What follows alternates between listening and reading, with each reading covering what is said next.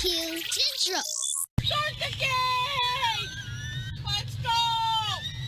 We'll do it live. Okay.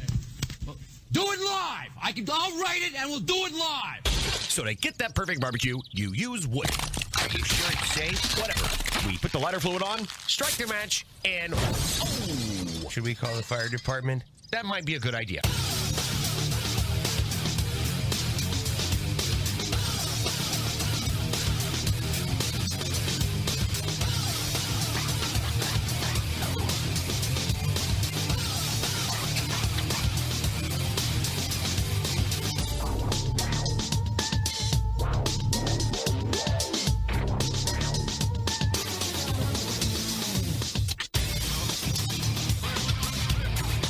Welcome to the Really Big BBQ Central Show. This is the show that talks about all things important to the world of barbecue and grilling, originating from the Rock and Roll Hall of Fame city of Cleveland, Ohio, the barbecue capital of the North Coast. I'm your program host, Greg Rempe. Happy to have you here. Come on. If you want to jump in on the show tonight via the phone, or if you're not a fan of the phone call, if you're a fan of the written word, that being email, here are your 2 bits of contact information should you see fit to join in tonight. You can get in touch with the show by calling 216-220-0966. Email Greg at the bbqcentralshow.com. On the Twitter and Instagrams at BBQ Central Show. Anything else you want to find out about the show can be found at the main website, thebbqcentralshow.com. And here's what's happening in case you didn't get the newsletter. It is the second Tuesday of a brand new month. And that, of course, means a visit from the guy who created and currently runs, along with some help from other folks on staff, the most heavily trafficked barbecue and grilling website currently available on Earth. That, of course, Meathead from AmazingRibs.com. We have a number of things to talk about this evening, not the least of which is the impending Father's Day holiday, some wives' tales or misconceptions or stereotypes that I will throw at Meathead as it relates to Father's Day. Actually, just one. Father's Day and then comparatively Mother's Day. We'll talk about that here in a couple minutes. We will also talk about gifts for Dad if you haven't thought about anything, if you haven't gotten anything yet. 5 years ago, 10 years ago, more or less on Tuesday, you're not going to go shopping Tuesday night. 10 years ago, Wednesday, middle of the week, you got to buy something, you got to ship it. Is it going to go express? All of that is pretty much wiped out, and I mean, you can literally wait until last minute, still order something really good from Amazon or something online. It will ship there in time, no problem. So we are not last minute giving you ideas for Father's Day gifts if you haven't yet. You have an ample amount of time to accumulate these items as we talk about them during Meathead segment, then send them to your father or brother or whoever you buy for Father's Day. Maybe you don't buy for Father's Day. Fine. Just take in our advice and think about how you would like to treat yourself to something like we talk about this evening or later on in the barbecue season. Who knows?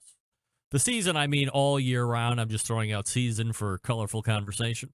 So Meathead coming up in about 11 minutes from now. Then we will move to the second hour. And joining me 14 past the second hour, a BBQ Hall of Famer, a guy who is currently in partnership with one of the more popular restaurants in Tampa, but probably the most popular barbecue restaurant in the Tampa St. Pete area. That, of course, is great friend of the show, Ray Dr. BBQ Lampe. And we will be talking to him about a bunch of things, really. We'll get a status update because it's been a little while as far as the restaurant and if his interest is waning in the restaurant at all, or if he is still with vim and vigor and pushing it out there, and is the restaurant growing? Could we be talking about multiple locations or maybe even a franchise opportunity for Dr. BBQ's restaurant? We'll see in about an hour from now. A handful of other items to talk about with Ray, not the least of which would be the 2019 class of the BBQ Hall of Fame. And then helping me close it out this evening is somebody who's been on the show once before. You knew him as the marketing director for B&B Charcoal, but if you follow social media and especially the charcoal world of this subculture that we are so passionate about, fellow by the name of Joey Machado has just moved out of B&B and into a marketing directorship of FOGO Charcoal, which happens to be a sponsor of this show right here.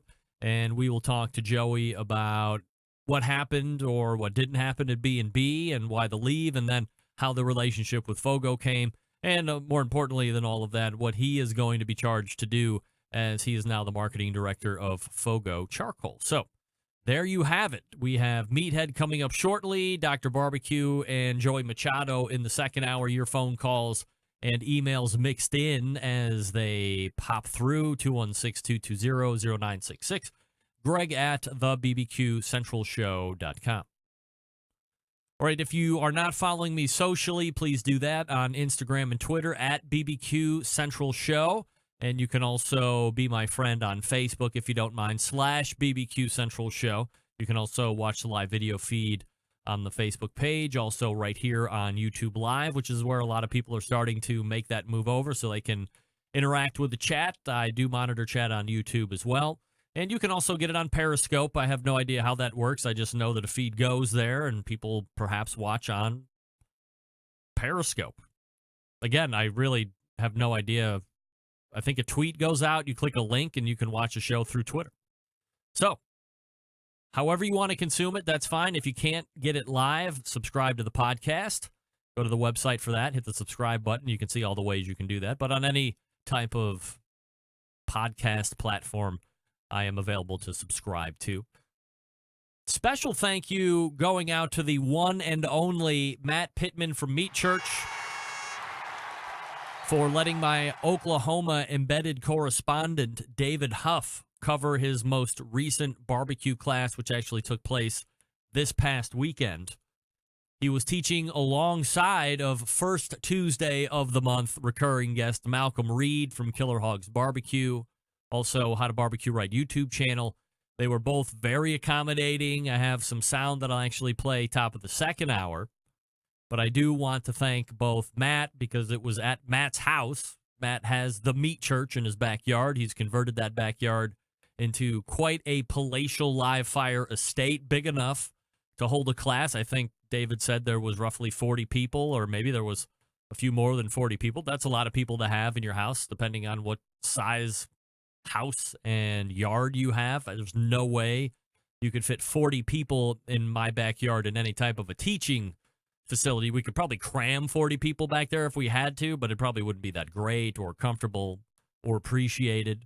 However, my appreciation is going out to Matt Pittman and Malcolm Reed, who was also the guest teacher in that particular class this past weekend. They did it Saturday and Sunday. David was there on Saturday. So we have some interviews with both Malcolm and Matt, and then we have a couple interviews with two of the guests, actually. So looking forward to that. That's all queued up and will happen top of the second hour. If you were listening to the show last week, you heard none other than, and do I have this right? Let me make sure I got the right screen here. Okay. Yeah, so let me go back to me. In the top of the second hour, I had Lee and Michael Quisenberry from Jim Quisenberry Barbecue.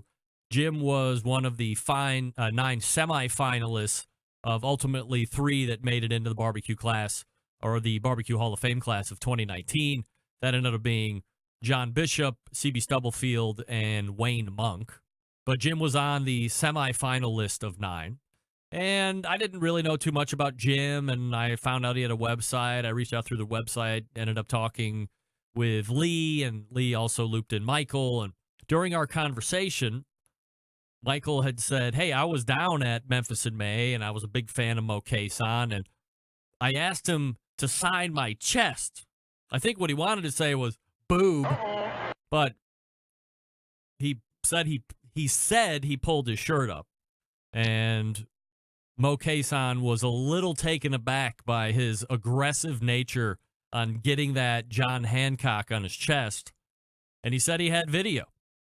And he did not lie. He does have video. I have that video.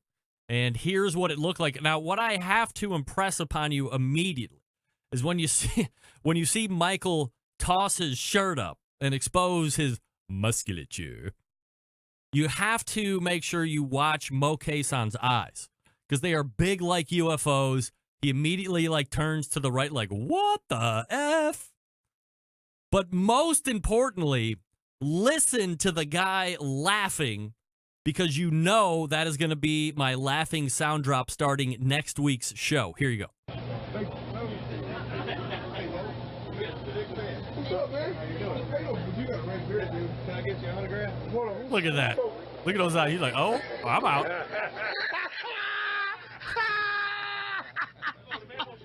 Hey, Uncle. Come on, Mo, let's get this guy. Hey, you never.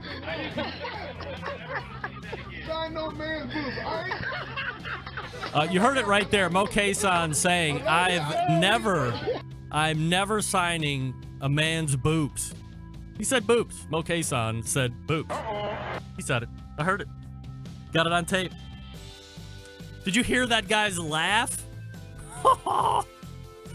That laugh will be on the sound cart deck starting next week. That was the best laugh.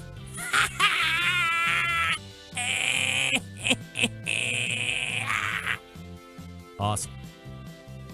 Meathead coming up out of the break. I will talk to you quickly about the barbecue guru. Always believing that outdoor cooking should be easy and fun because it can be, especially with any of the barbecue guru products. That's right, from grills to automatic temperature control devices to accoutrements that will make your barbecue life easier, like the ever popular rib ring. Do you cook on a ceramic cooker? Do you hate the fact that even on the extra large versions, you can only fit 3 and maybe 4 racks unless you go into rib rack area and you stand them up, you don't like it, whatever. The rib ring can fit up to 6 St. Louis cut spare ribs, or you can forego the 6th rack and stick a whole chicken on there like upright, easily doubling the cooking capacity for your ribs of any cooker on the ceramic side, and it can work with other cookers as well. Just go ahead and order it up, very inexpensive. And doubling your rib cooking capacity without adding extra levels or anything like that.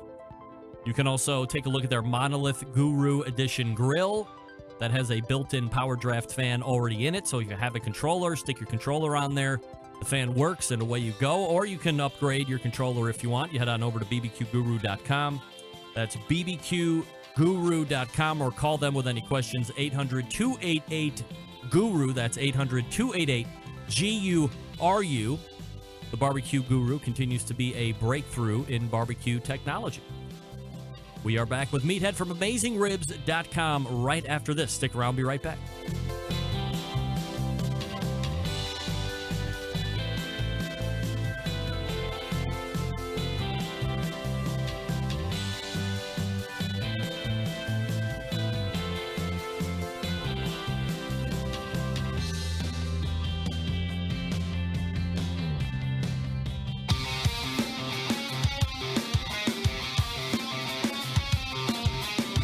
Broadcasting live from the Barbecue Central Show studios in Cleveland, Ohio.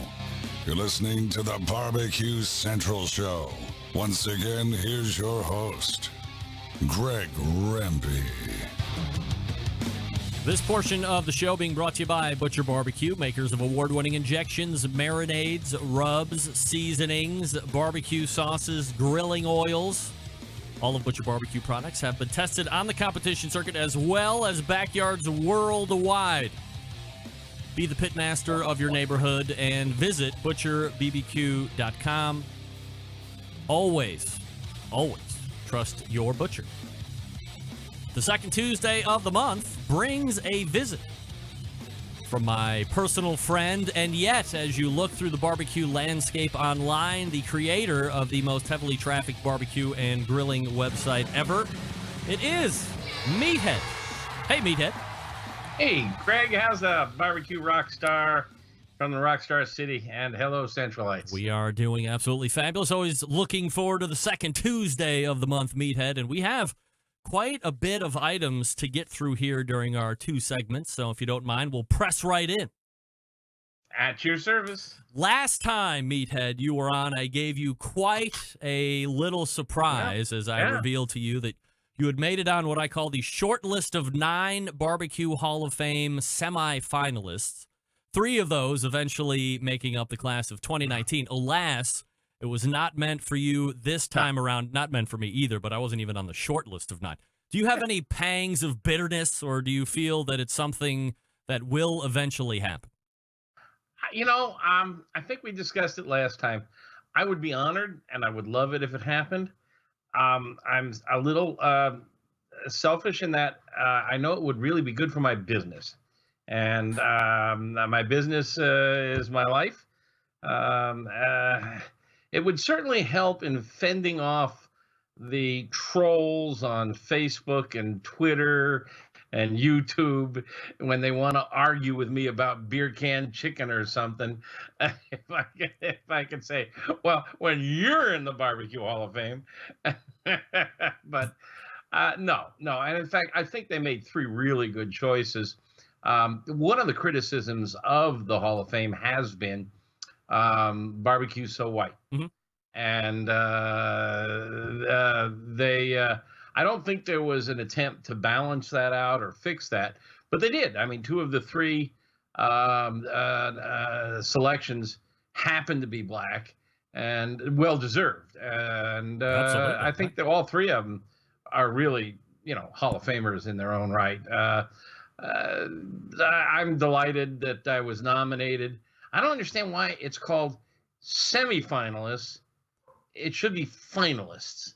I mean, if you're in the selection field and then the next is but that's all right. And the other semifinalists, I mean, there was some really good people among them too. Yes, so I'm told that, that I listened to your show.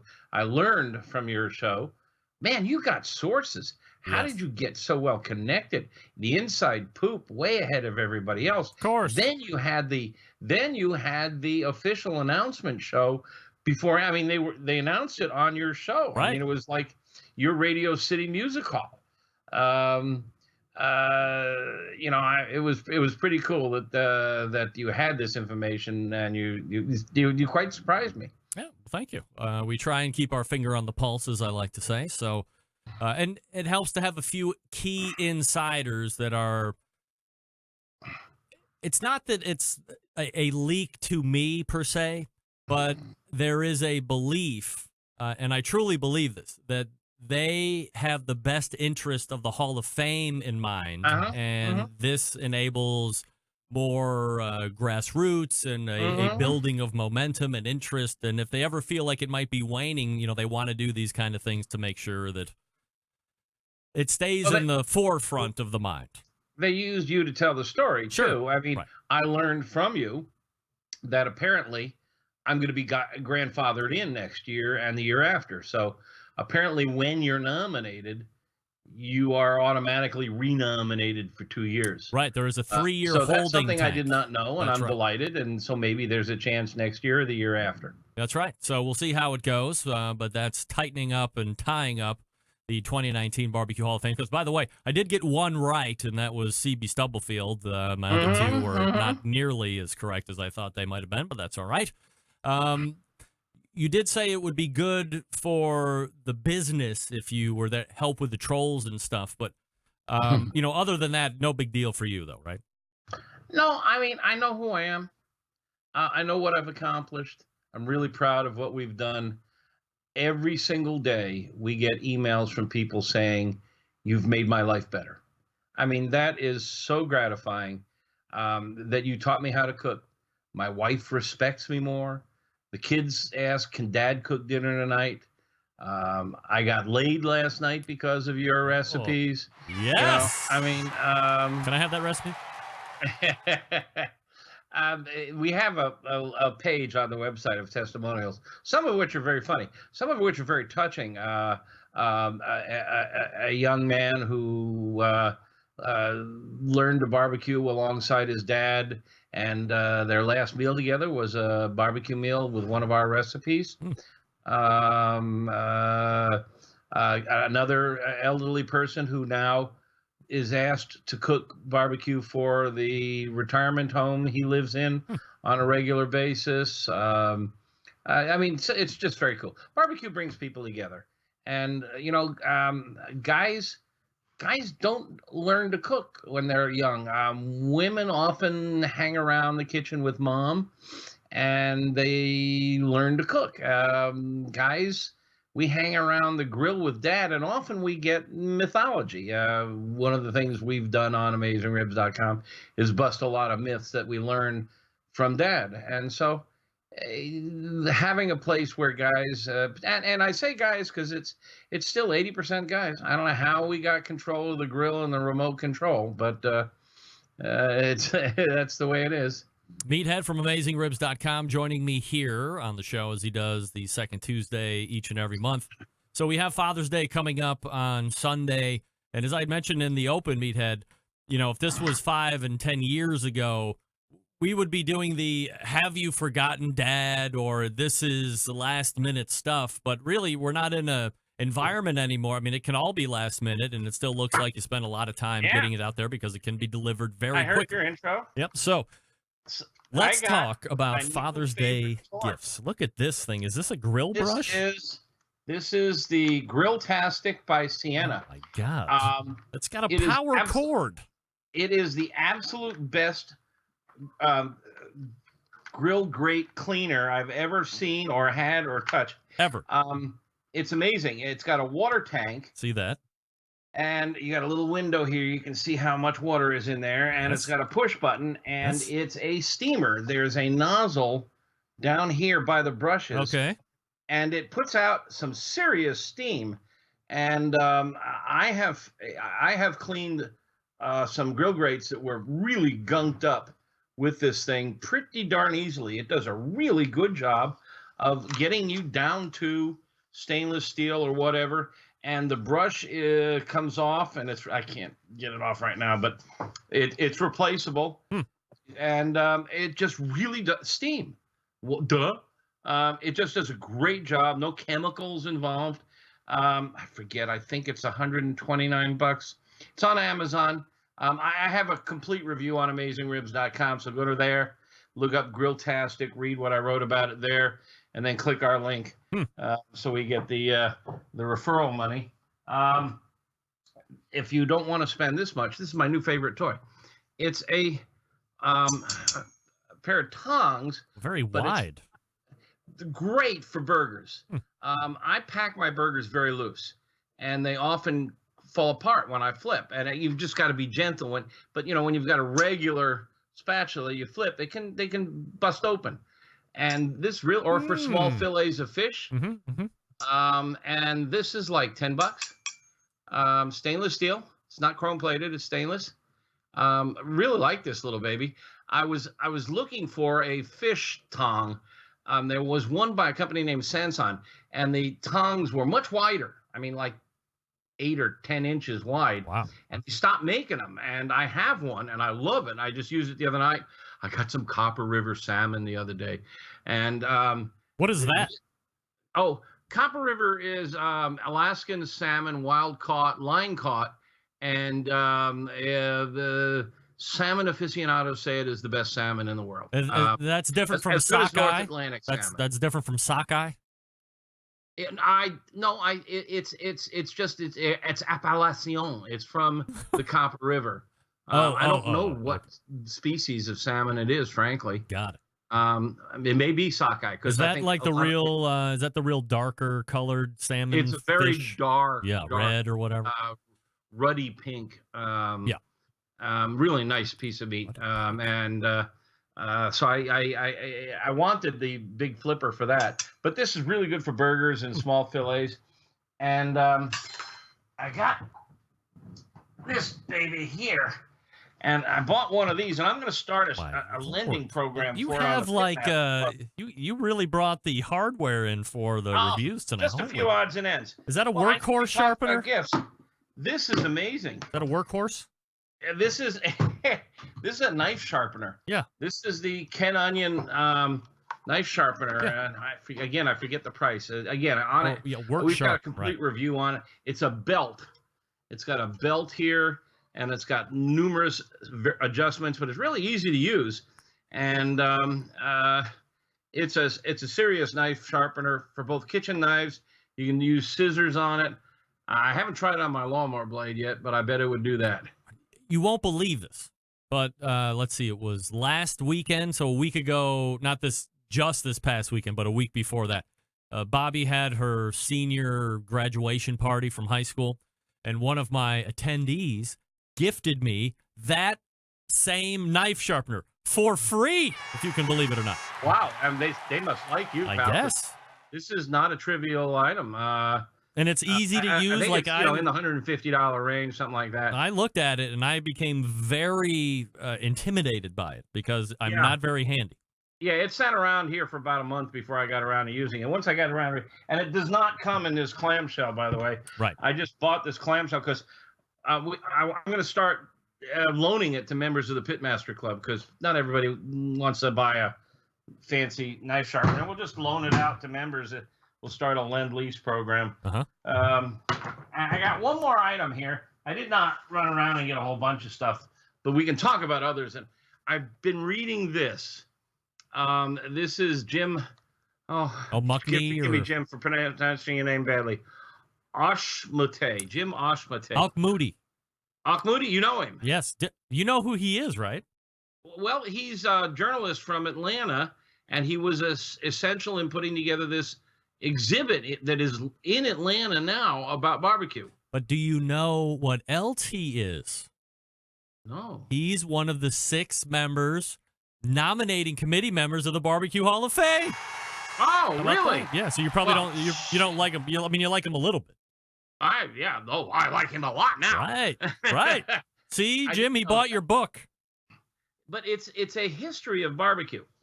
And I'm a big fan of barbecue history, and I've written extensively about it. And he's credited us here for as a research reference. Oh. But it's just he's a good storyteller, and he's a good writer. He's a professional journalist. And he starts at the beginning, and he goes through, and he covers a lot of stuff with some good photography. So what's his beginning of barbecue? Is it like in the Caribbean, or does he start in America, like in Virginia? I think he starts with George Washington. Okay. I mean, why not? Why not? He's the father of our country. I just wonder where people decide to start the beginning at. Do they take it back to its origins? I mean, he's a storyteller, so time.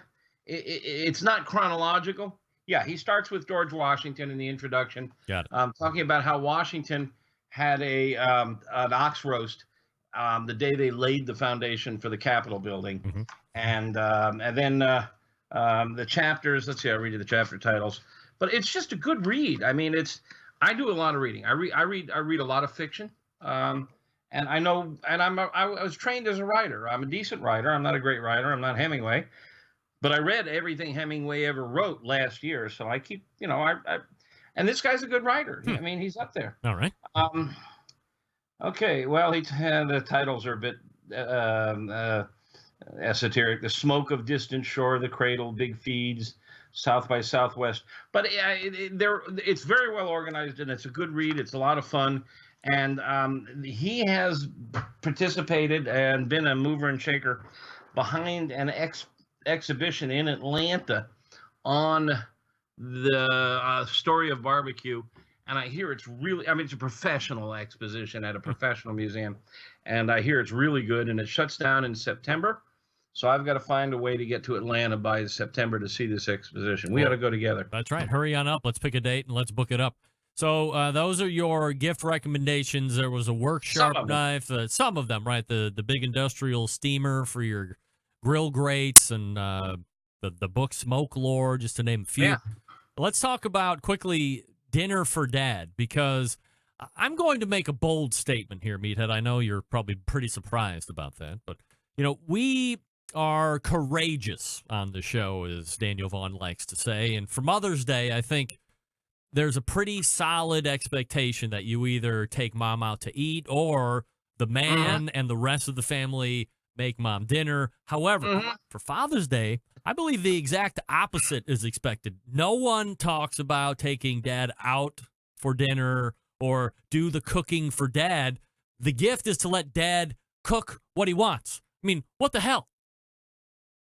Yeah, there's some truth to that, I think. I don't know. We ought to do a poll on that. What do you do for dad for dinner? I know Mother's Day, forget it if you want a reservation at a good restaurant. Sure. I don't know if that's the same case with barbecue with Father's Day. No, I think it's expected that the dad will. The gift is dad can go out and start a fire and cook what he wants. And I think dad probably likes that. I mean, you know, dads like to cook. Dads like to barbecue. Hopefully they know how. Hopefully we're helping them. So let's talk about steak, and let's go ahead and talk about lobster. What should we do for dad and beef? Oh, okay. Well, I mean, you and I have talked about steak before, and I don't want to bore people who've been bored by me before, but I think the secret to steak is the thickness. How thick is the steak? If it's a thin steak, if it's a flank steak, or if it's a nice ribeye, but it's an inch or 3/4, you're going to have to cook it hot and fast. Mm-hmm. You want to take it right from the fridge with a cold center and cook it hot and fast. I mean, the ideal steak, the Aristotelian quintessential dream steak, is got a dark brown crust on the outside, a little salty, and even edge to edge, medium rare. And we've talked about medium rare is the temperature, 130, 135, at which steak is most tender and most juicy. You go undercooking that and you get into the rare and blue zone, and it can be a little stringy. The water tends to be bound up in the muscle fibers, and it's not quite as juicy. You go over that 135, it starts moving from pink to tan to brown to gray, and it dries up. The water evaporates, it's trapped inside the muscle fibers, it shrinks, and it gets very tough. So in that 130, 135 range. So that's your ideal steak. Dark crust, 130, 135, and the center even. And many steaks are kind of a rainbow. Dark brown, then a layer of light brown, then a layer of tan, then a layer of pink, then finally about half the volume of the steak is perfect medium rare. And that's because you're cooking it too hot. Mm-hmm. Heat moves slowly through water, and steak is 70% water. So if you put steak over a hot fire, you're going to get a good dark brown crust, but the heat's going to take its sweet time getting into the center. And as it moves towards the center, it's going to keep cooking as it goes. So you're going to get the overcooked edges and the layers below the edges, and you get this rainbow effect. You'll still have a delicious steak. You'll have a great crust, but you won't get optimum tenderness. So if you've got a skinny steak, you've just got to cook hot and fast because you don't have time to screw around with it. But if you've got a thick steak, 1 inch to 1.5 inches, I'm a huge believer in reverse sear. And I use reverse sear not just for steaks, but for chicken. It prevents burning the skin. I even do baked potatoes with reverse sear. You get crispy, crunchy skin on your taters. Reverse sear is a technique that can be applied to just about anything that's over 1 inch thick. And so you start it on the indirect zone, no flame underneath it, only convection airflow at around 225, and it takes time. It gently warms, not quickly warms, and you get even temperature, even color, bumper to bumper, and then you move it to the hot side when it's almost done, not quite, and you sear the snot out of it. Now, and you do that with the lid open, and you flip, because you don't want energy building up. Mm-hmm. If you leave, and everybody says you put it down and you leave it down. When that happens, especially over direct radiant heat, you're cooking over infrared radiation. It's energy. It's like energy from the sun, and it builds up in the outer layers of the meat like a battery or a capacitor, and it stores that energy and it starts moving inward. And if you flip it, a lot of that energy will bleed off into the atmosphere, especially if you leave the lid open. So Oh. when you sear the steak at the end, not the beginning, you flip, and bleed off the energy in the atmosphere with the lid open. And I think that's my favorite way to do a thick steak. All right, so we can talk about lobster after we do a quick break. Agreed? Oh, Yes? All right. Good. Stand by, Meathead. We'll talk about lobster when I get back. We are talking with Meathead from AmazingRibs.com. Of course, second Tuesday of the month guest. I'll talk to you quickly about Southside Market Barbecue. Attention anyone who loves sausage and barbecue. That's most of us. Established in 1882, Southside is the oldest barbecue joint in Texas. They've been owned and operated by the same family for 3 generations. Famous for the original beef sausage, of course. That is the coarse ground and natural pork casing. They also have authentic Central Texas barbecue to purchase as well. All meats, including the prime briskets, slow smoked over real Texas post oak wood for many, many hours. They ship nationwide via the online store, SouthsideMarket.com. They ship fresh and smoked sausages nationwide. Shipping customers can choose to order now and ship later. Includes a custom gift note, mailed to multiple addresses without additional charges. How about that?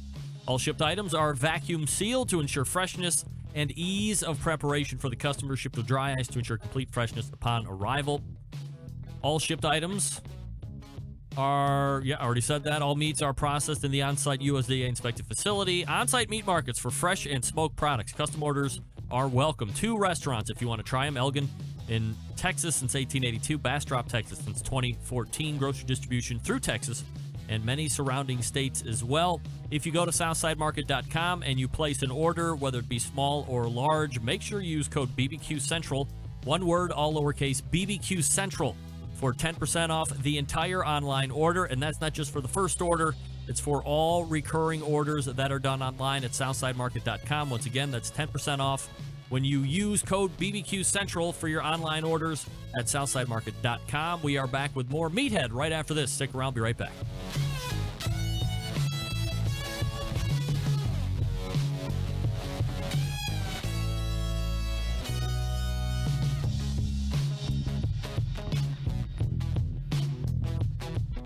Continuing to produce incredibly mediocre content in an exceptionally professional way.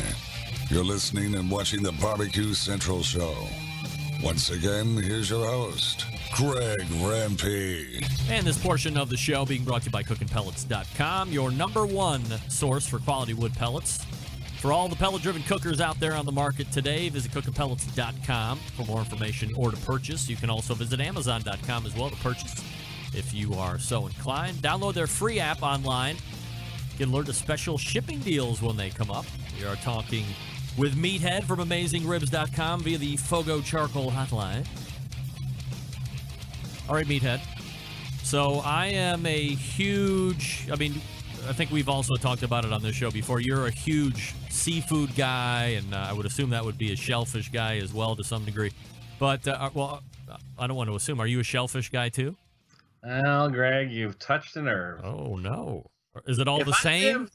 I was raised in Florida. I went Right. to the University of Florida. If I lived back in Florida, I would be fish head, not meathead. I absolutely adore fresh fish. All right, good. I love clams, oysters, mussels. But somewhere along the line, after eating it all my life, about 20 years ago, I developed an allergy to the bugs, shrimp, crab, lobster, and crawfish. I can no longer cook and eat. But I can still talk about it because I developed my techniques long ago. My mom has the same problem. Yeah, I think they believe now that it has something to do with iodine in them. Oh. But it's just the bugs, just those 4. And if I eat them, I swell up and die. So if you want to knock me off, Greg, let's not do that. I'll eat your lobster too. I'll do that. But that said, yes. Couple of things to talk about with lobster. First of all, if you just buy lobster tails, you're almost certainly getting warm water lobsters like Florida lobsters. They don't have claws. It's a marvelous meat. Some people prefer it to the cold weather lobsters like Maine. But when you order tails only, you're going to likely get a Florida lobster or a Caribbean lobster or even a Hawaiian lobster. Should you be asking if you're getting that to be sure, or it doesn't matter? Usually when you buy tails, they're frozen. If you get them fresh, you could ask, but almost certainly that's what they are. They may tell you otherwise, but almost certainly that's what they are, because Maine lobsters have claws. Okay. The cold, from Boston, the cold water lobsters have claws, and the claw meat is prized. So they're not just going to cut off the tail and sell the tail. They're going to sell the whole lobster.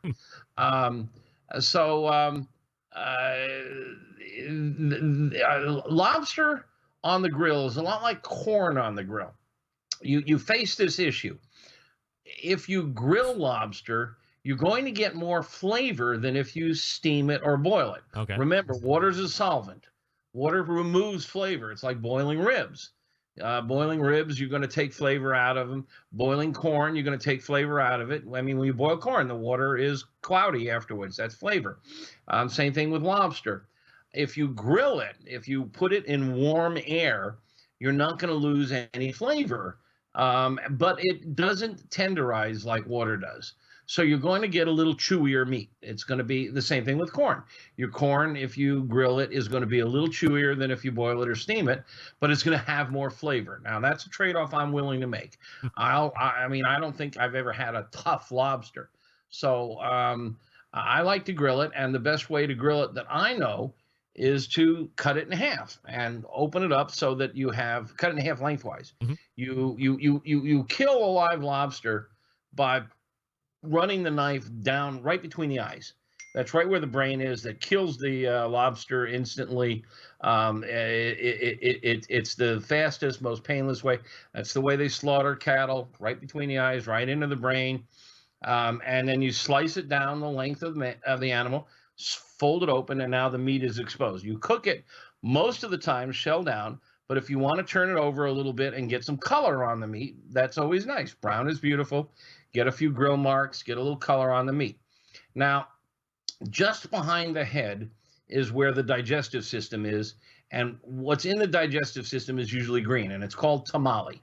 And there have been some issues lately. The state of Maine has issued a warning about tamale, that it's the filter system, and the waters of the world are not as clean and pure as they once were. So there can be bacterial or heavy metals, and they warn you not to eat a lot of it. I don't think it hurts to eat a little bit of it. And what I used to do is I would scoop it out, mix it with some butter and some breadcrumbs, fry it up in a frying pan, make it crunchy, and then put it back in the cavity. Just behind the tamale, the digestive system, you may often see a green streak. They call it the coral. Those are eggs, only in the female. They are also, they're not a problem. There's no warning against those. They're delicious, and that's a good technique for them too. Scoop them out, little breadcrumbs and garlic, maybe some parsley, and back into the cavity with those guys too. Butter, a lot of people like to use drawn butter or clarified butter, but just plain old melted butter works fine. I don't think it's necessary. I mean, the lobster meat itself is so sweet that I never used butter when I was eating lobster, but a lot of people absolutely love it that way. And of course, garlic bread is a great side for it. Do you have a suggested temperature if you're doing it on the grill? Is it an indirect kind of a thing versus direct? No, it cooks so fast. You don't want to overcook lobster. 125 to 130, which would be rare for a steak, is for most fish, most seafood. The top fish chefs say 125 max. I think you can take it up to 130, even 135 without too much of a problem, without it drying out. I mean, there's a lot of water in seafood. Whereas a steak may be 70, 75%, a lobster is probably closer to 85% water. Wow. So you're not going to dry it out. You don't want to overcook it though. Usually, if you don't use, people who listen to you or read me, we preach thermometers. We know the value of temperature, both air temp for the grill, meat temp. I mean, it's just a way of life for me. but a lot of people still cook by sight, by feel.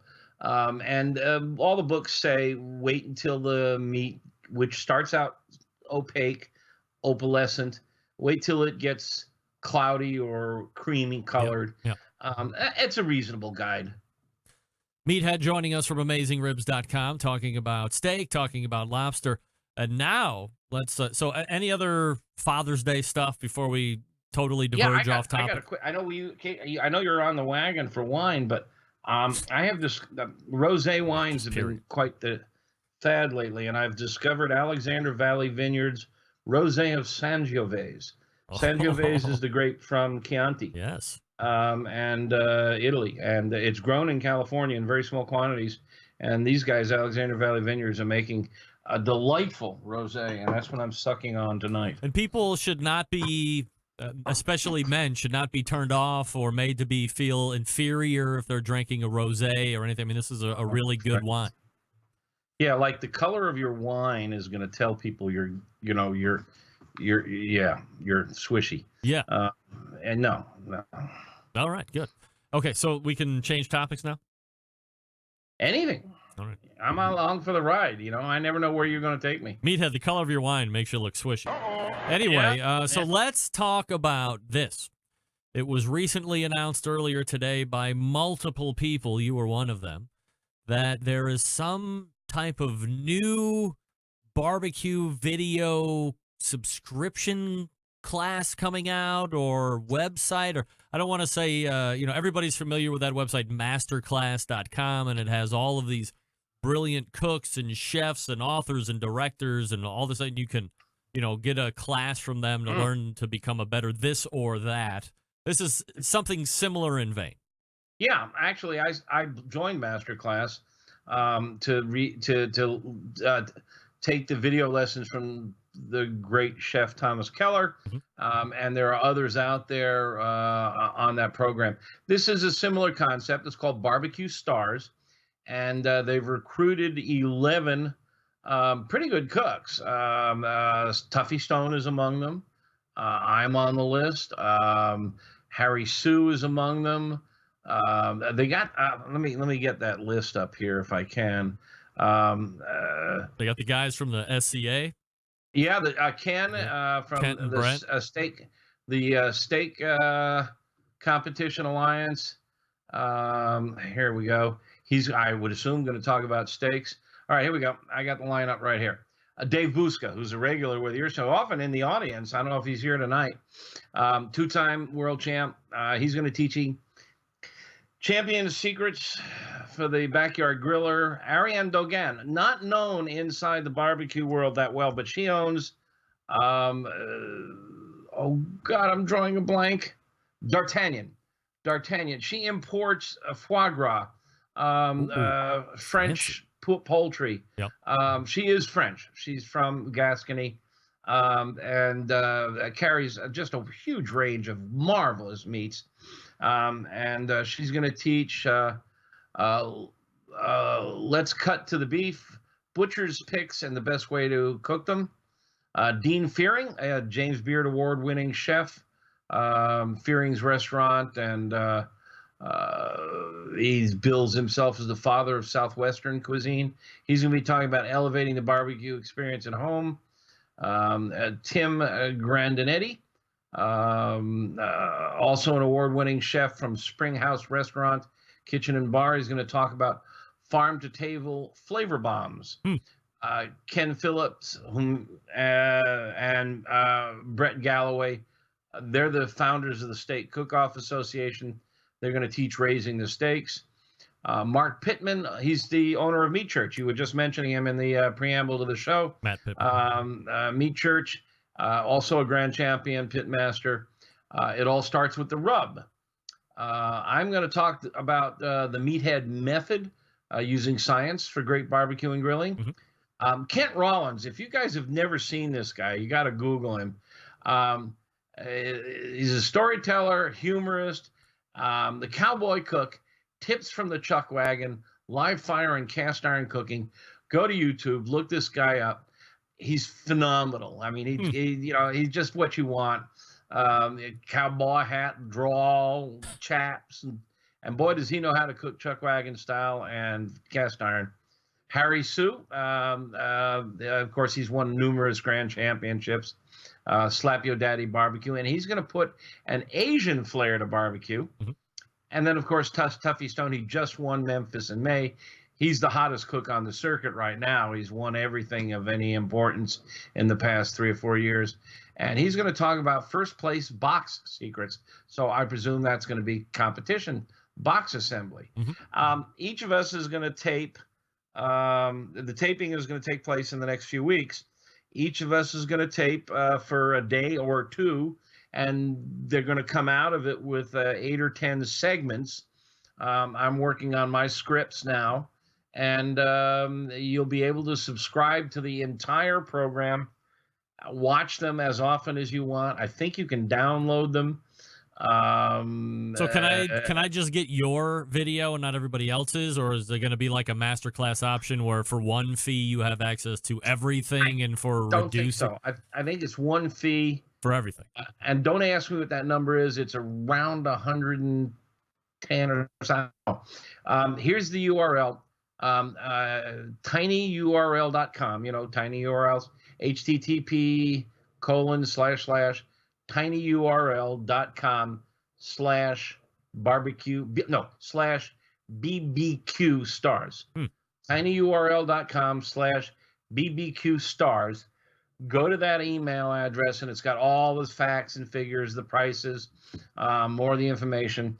They just announced it today, so you're the first broadcaster to get the story. I announced it via email this morning, and I think a lot of the others have been announcing it via social media. Yep, seeing it. It should be fun. I'm looking forward to it. The future of the internet is video. I'm going to work hard to make a really good series. Do you have to go somewhere to shoot these, or do they send a crew out to you in order to do this to make it more accommodating?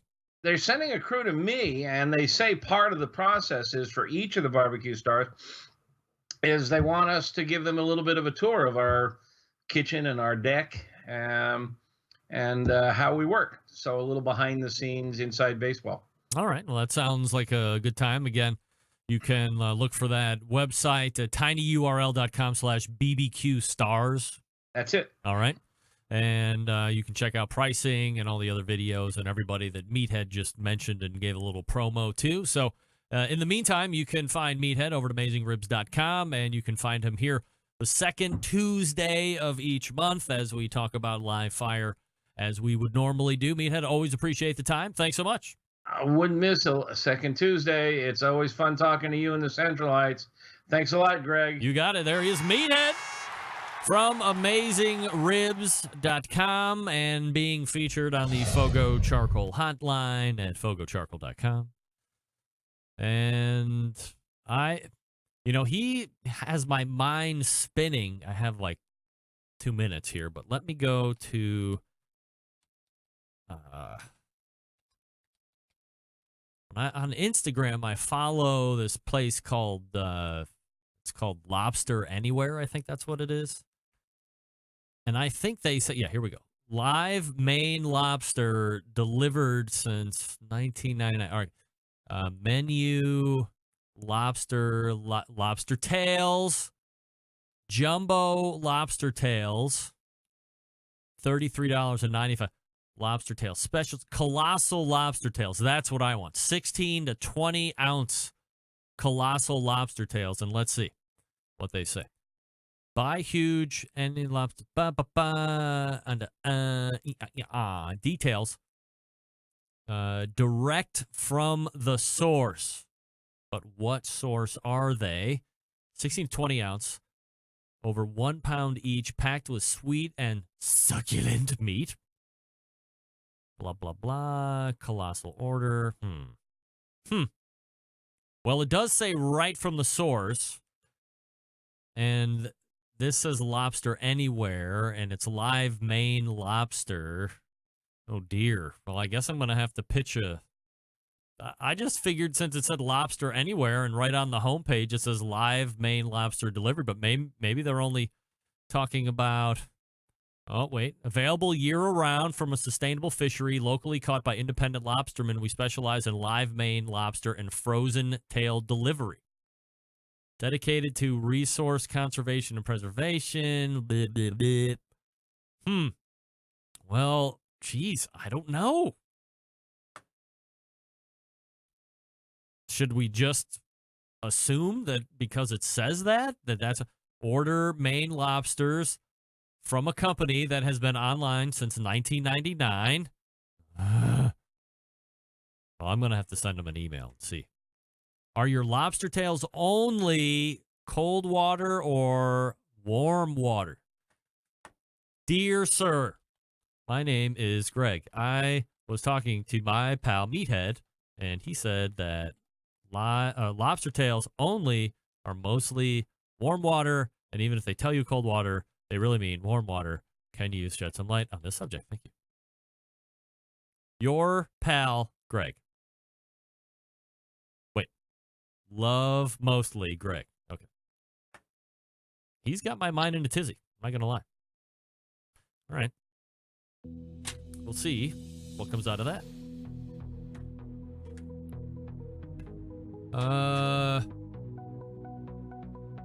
Meathead can be found at AmazingRibs.com. I don't want to lose this webpage. We'll leave it up there so I can email those people after. According to Steaks Doug, $197 is the discount price for... Is that the Barbecue Superstore's price or the Barbecue Stars price? Steaks Doug. Wow. I think that's more than the masterclass.com year-long subscription, which is $180 if I'm not mistaken. South Texas Doug is Doug Scheiding. Oh, of course it is. He changed his name. Is that the... $197 is a discount price if you pre-order today, or does it go up to $297 right now for BBQ Stars? Don't give out those damn website either. Come on. Interesting. My buddy Jason saw a post from Meathead today, and he immediately signed up. So, Meathead, if you're wondering if you have pull, my pal Jason said, I saw Meathead say he was giving a class. He immediately went over and blindly signed up, if you can believe it. Like, Jason, don't you want to hold out for a second and see if it's... Nope. Meathead's brand is gold. If Meathead says he's part of it, he's pretty much ready to go. All right. We will see how that works over the next week as it launches today, and we'll get some feedback on it next week, maybe. We are pointing to the second hour. We will come back and wrap this first hour up in just 1 second. Stick around. I'll be right back.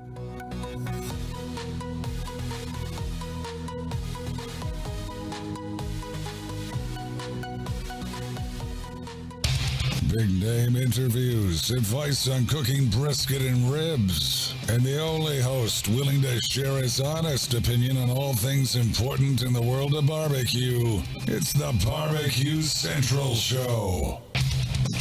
Hey, welcome back. Thanks again to Meathead from AmazingRibs.com. We talked some pretty high-level gifts for Dad, like the Work Sharp Johnny Onion knife sharpener, which again, I was gifted. I should probably put that thing on Craigslist. Chances of me ever using that and not screwing up a knife that I own is probably, there's probably a 90% chance I'm going to screw up my knives. And I have like 3 really good knives. I don't know.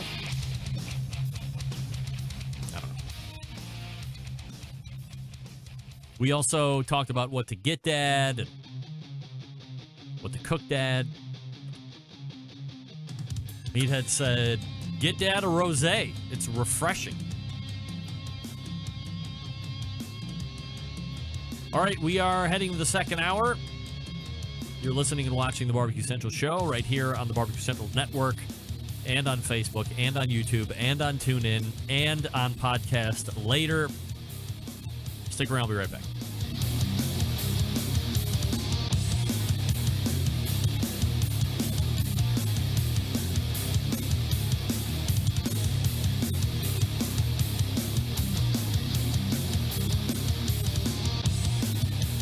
This is Bobby. And this is Jennifer. And we're from Cleveland, Ohio. And you are listening to the BBQ Central Show.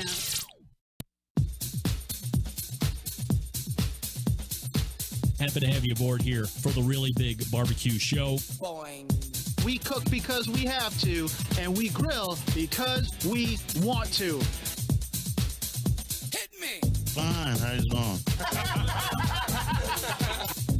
You have a great show. I'm a big fan. Boing. So what seems to be the problem here? This man looks like he's dead, and he's in the crackle. Charbono! It's all about the charbono, dude! Succulent fish. What? He ate 2 feet for wiener. Now listen, Lavernius, shut your face. I'm shaking like a dog shit peach seeds. We have top men working on it right now. Top men.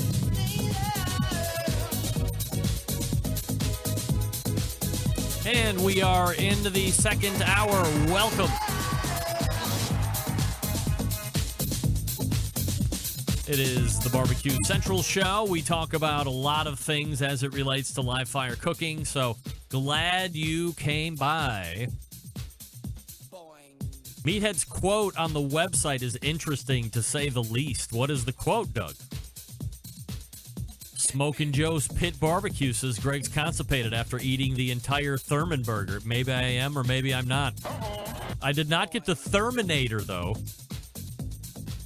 If you follow me on social media Saturday, you saw me put up a picture of a rather large Thurman burger, which is found at the Thurman Cafe in Columbus, Ohio. But they have one that's double the size of that called the Thurminator. It's a 3/4 pound. Uh-oh. Meathead's calling back in. Oh, dear. Hold on. Hold on. Let's see. Meathead. Meat. Hello? Meathead? What's he doing? Sending me a picture?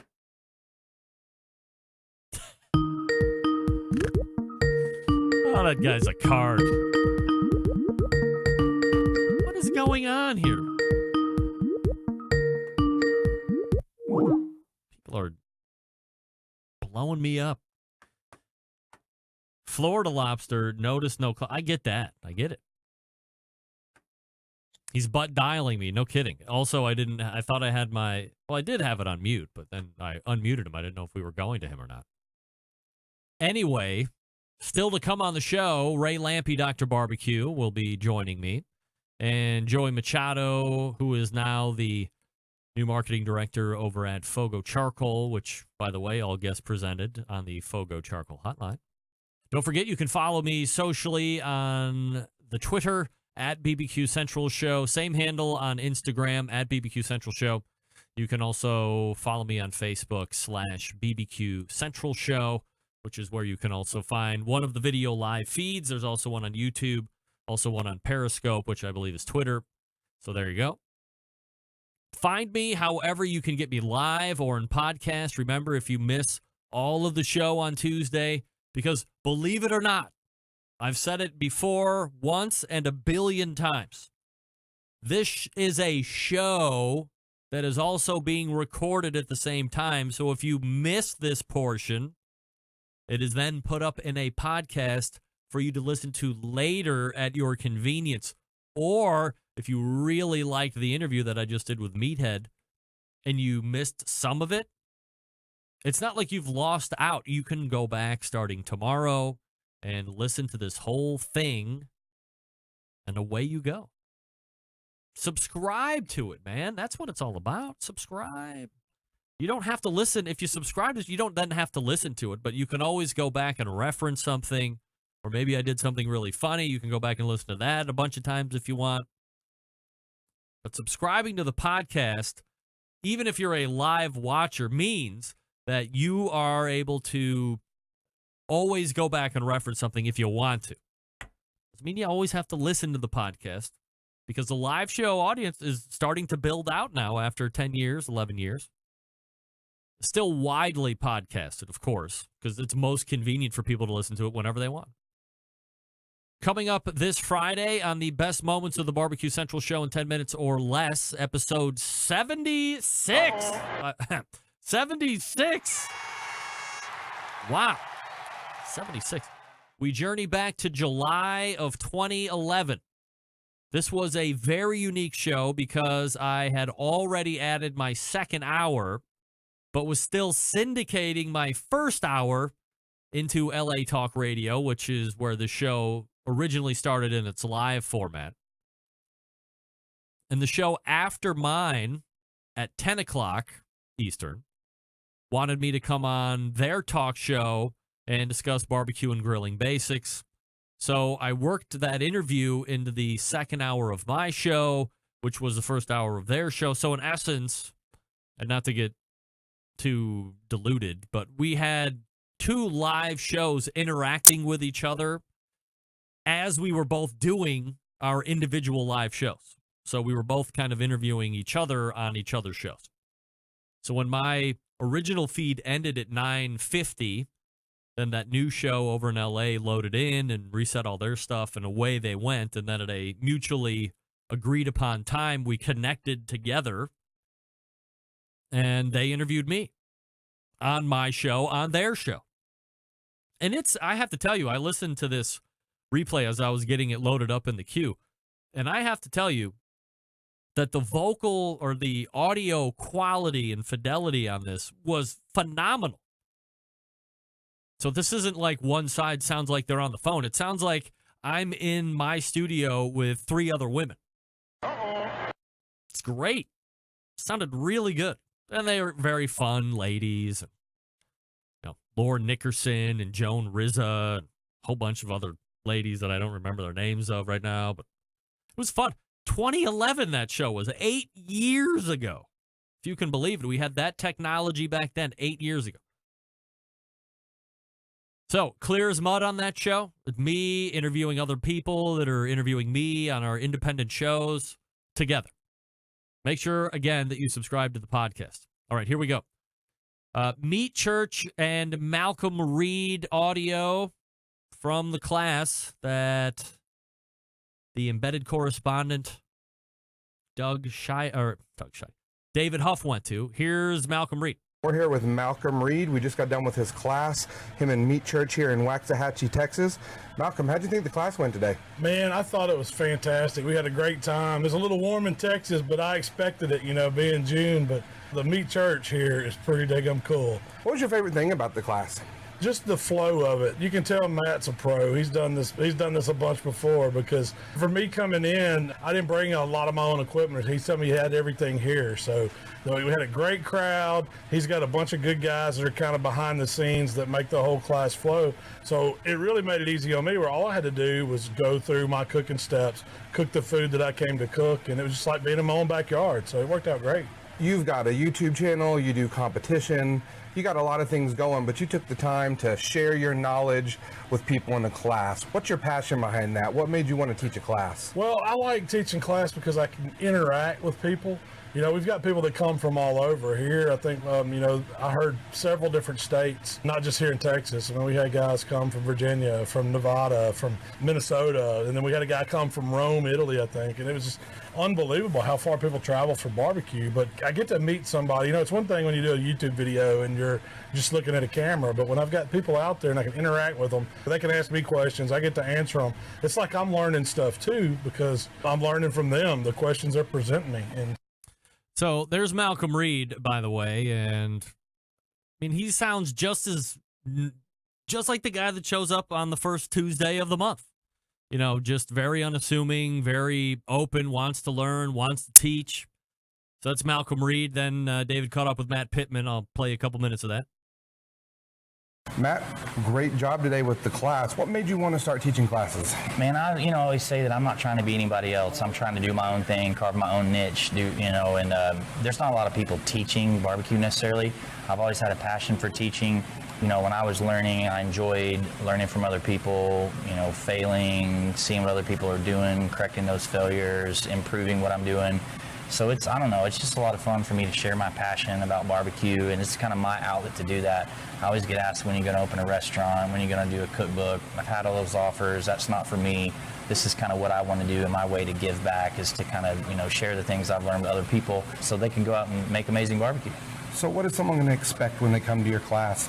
They're not terribly expensive. They're not cheap. It's an investment. What is somebody going to get in return when they come to your class? Well, first and foremost, they're going to get a really unique experience. You're coming to my personal house. So we've got a house that was built in 1896 that we built a pretty kick-ass outdoor kitchen in, and you're in my backyard, you know, at my family's house.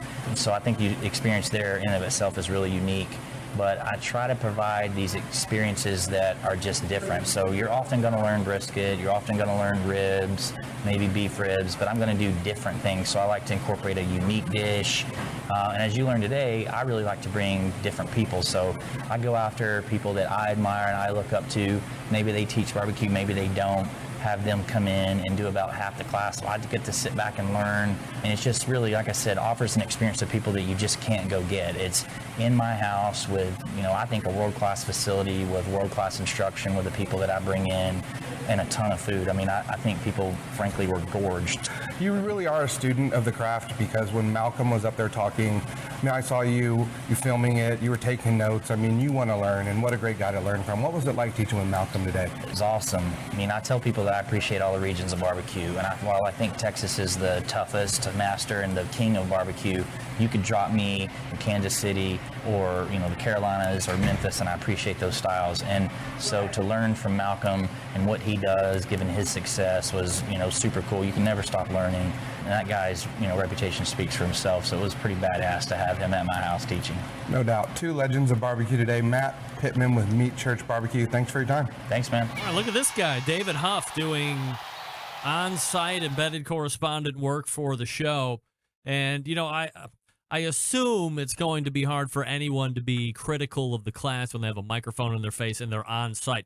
Not saying that they aren't spectacular by any stretch, but it's probably weird for someone to get interviewed if they thought the class was just okay, and then they say that specifically to be aired on a barbecue show. It's probably not going to happen, but I would say this, because I would want to know, and Matt and Malcolm are both businessmen too, if you have suggestions or you didn't think you got full value from one portion of the class or whatever, they probably want to know that so they can continue to improve their process and give you that best bang for your buck. Now, look at that menu that they had. If you were following social media, especially on David Huff, it was absolutely incredible. Dave Huff said it was some of the best barbecue he has ever had in his life. Piece after piece, bite after bite, more epic than the next. So that speaks for itself.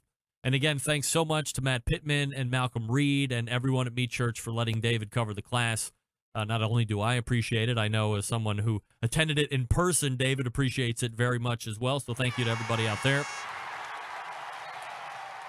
And if you are looking to take a class, a Meat Church class, they sell out very quickly, and those are some of the reasons why. Great guest hosts, great food, and great teaching. So if you think you want to do it, sign up quickly because they go quick. Quickly because they go quick, not redundant.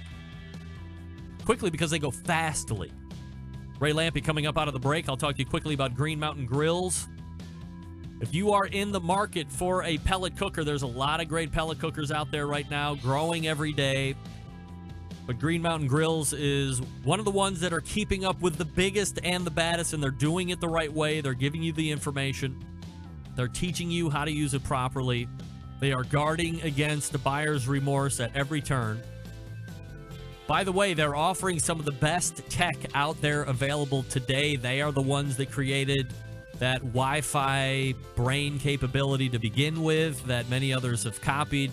They now have 2 internal meat probes if you want on that Prime line that they just introduced earlier this year. Prime also has those look-in windows on the main cooking chamber and on the hopper. They have the Jim Bowie, which is the big one, Daniel Boone, which is middle size, and the Davy Crockett, which is the portable one. Davy Crockett works really good, especially if you don't have a traditional power outlet. You can just plug in that 12-volt adapter into your car, and away you go. You have that wood-fired pellet smoke taste. And it's pretty decent capacity considering the portability as well. Now, if you want something to keep on the patios, as I had mentioned, the Jim Bowie and the Daniel Boone are the ones you're going to want to take a look at. Both of those can accommodate the pizza oven insert, which I would highly suggest if you're going to buy any of them, the classic line or the prime line. Get the pizza oven too. It's $150 or less depending on where you get it. It's not any better time to be had than the pizza party at your house. Kids love it. Adults love it. Very fun. Pizza's delicious, for crying out loud. GreenMountainGrills.com. That's GreenMountainGrills.com. We are back with Ray Lampe, Dr. Barbecue, right after this. Stick around. I'll be right back.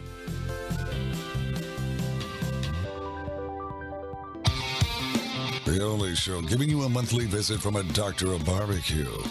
A man actually named Meathead. The author of a barbecue Bible. Bloggers, reviewers, competitors, and manufacturers by the dozens. It's the Barbecue Central Show.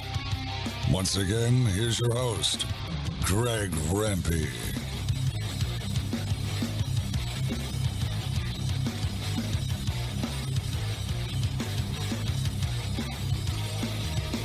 All right, this portion of the show being brought to you by Smithfield. Are you signed up for Smoking with Smithfield National Barbecue Championship? Registration free, so sign up today. Hit the SmokingWithSmithfield.com website for all the details. Once again, that's Smokin', S-M-O-K-I-N. SmokingWithSmithfield.com for all the details. Oh, that didn't work at all. What the hell? Man, I hate when it doesn't work. Now it'll work. No, now it's not working. For the love of Pete. Is that one of the ones that went away, for crying out loud? All right, joining me now, a Barbecue Hall of Famer, cooking class instructor, book writer, restaurateur, and frequent guest on this show. You can know him as what we call... Oh, dear. Not there? Of course he's there. Diane Mee weighing in. Salmon that originate in the pristine water of Alaska's Copper River are challenged by its length and its strong, chill rapids. Yikes. Do we not have Ray Lampe tonight? Guess we'll see here in 1 second. Wait. If it looks like Ray and it sounds like Ray, it's got to be Ray. Hey, Ray. Hey, Greg. How are you? Doing well. How are you, my friend? I'm good. Long time no talk. No doubt. Glad we can catch up, and we got a lot of different things to get to here this evening. So let's start as we had for years past, which was when is the restaurant going to open? But now we are long open and well-established. So since it has been a good handful of months since we caught up the last time, where are we at with the restaurant and how's everything going? It's going really good. We are off to a great start. It opened in October, so I guess we're all about 7.5 months in, and it's going really well. I don't know how it could be going any better. The only downfall is it's been a little more work for me than I anticipated, but I really don't mind. In what regard? I'm having a lot of fun with it. In what regard is it more work than you anticipated? Just being there? Yeah, just for me personally, more hours than I expected, which is fine. I really don't mind. Like I said, I'm really enjoying it. Contractually, I don't have to be there all the time, but I'm having such a good time that I really do go there a lot and I enjoy it. And frankly, I'm learning. I was never been a restaurant guy, so that's really all new to me. So be taking on a whole new project at this point in my life, it's pretty fun. So when you look at it 6-7 months in from now, and as you said, you're not a restaurant guy.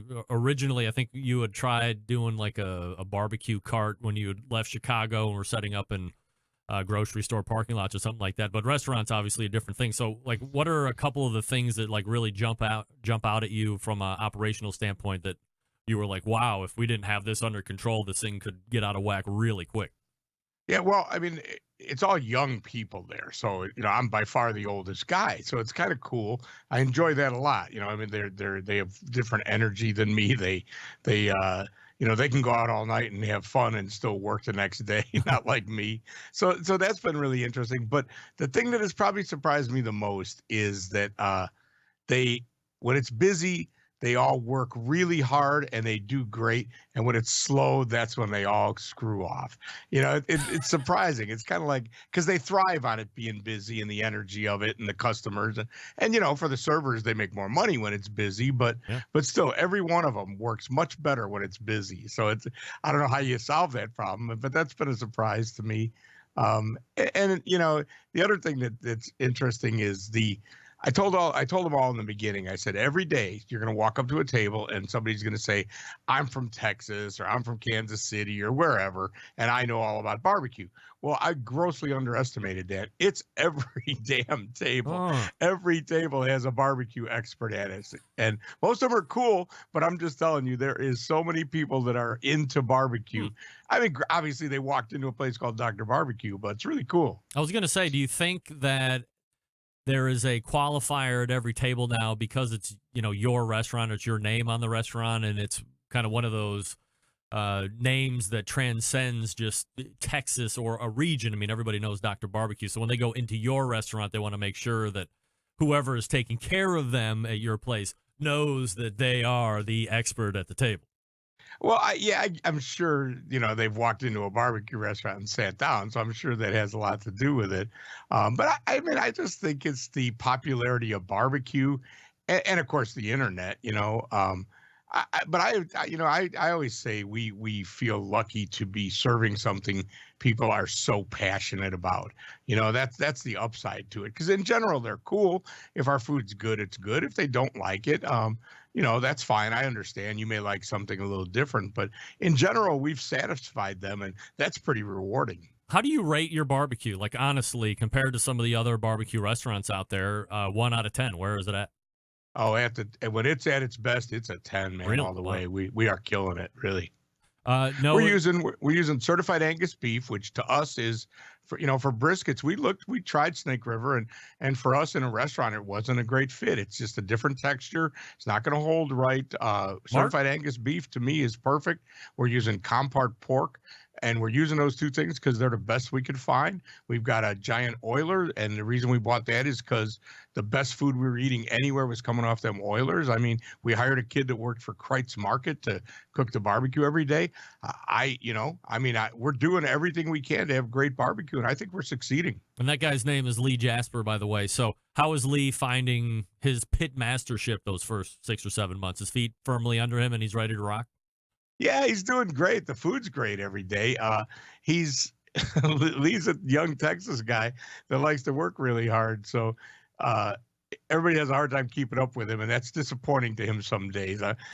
That's the way I'll say it, because he's just a hardworking guy who, he wishes everybody would work as hard as he does, and so do I. But that's not the way the world goes around, and he's learning that. He's actually tomorrow doing a Meet the Chefs event in Tampa that normally I would do, and I've got to do something else, so he's doing it. So he's becoming quite famous in his own right down here. But again, he deserves it. Good. Ray Lampe joining us here on the show, dr.bbq.com, his website. So let's transition a little bit because it sounds like the restaurant's doing really well, and I hope to get down there at some point here before the year closes out. And that might be maybe in September, depending on how things go, but I'll keep you in the loop on that. Let's talk a little bit about a couple weeks ago on Wednesday, we had the big reveal here on this show, a special live edition of the 2019 BBQ Class Hall of Fame. And we had talked in years past about what the class entailed, or, and I had some pretty sharp barbs as far as what's actually going on behind the scenes and how are things generated. And we've had some pretty good conversations about that. But as you look at the class of 2019, that being Wayne Monk and C.B. Stubblefield and John Big Daddy Bishop from Dreamland, what do you think about the class this year, and what are your overall thoughts of where the BBQ Hall of Fame sits right now in 2019? Well, each one of those guys certainly qualifies.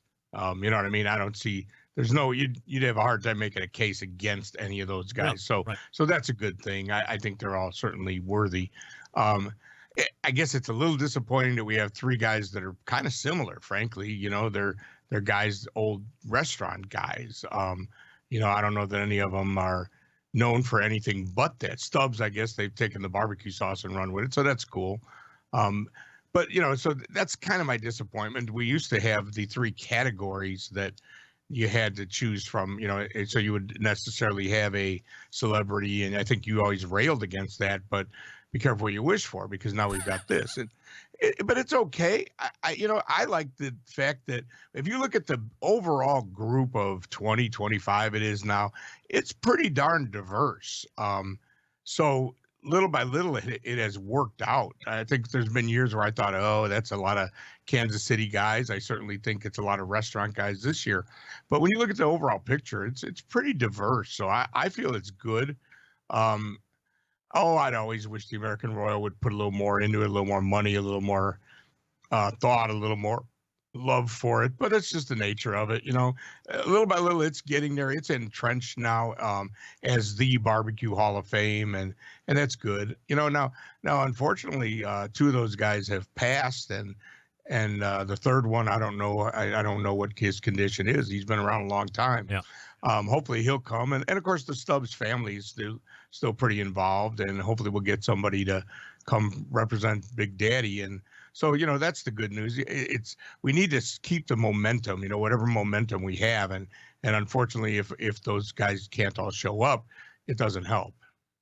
Ray, let me ask you about the transparency that really seemed to come over the top this year more than any year. When I had Emily Park on prior to announcing the 2019 class, and she made some pretty big, I would call them revelations, because we just never really talked about it, or I was just never given any answers about it in years past. And she talked about the 6 people on the nominating committee and mentioned them by name. She talked about the 3-year holding time for anybody that's nominated. She talked about how the finalist list of 9 gets regenerated each and every year now. I mean, there were some pretty big pullbacks of the curtain, if you will, to show how this thing operates, which I found very encouraging.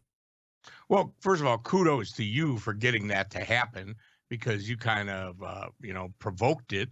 And you also provide a forum that's a serious forum. You've been doing this for a long time in a very professional manner. And I think that's part of the reason that happened. So it's good news. And I thought that was really cool too of her.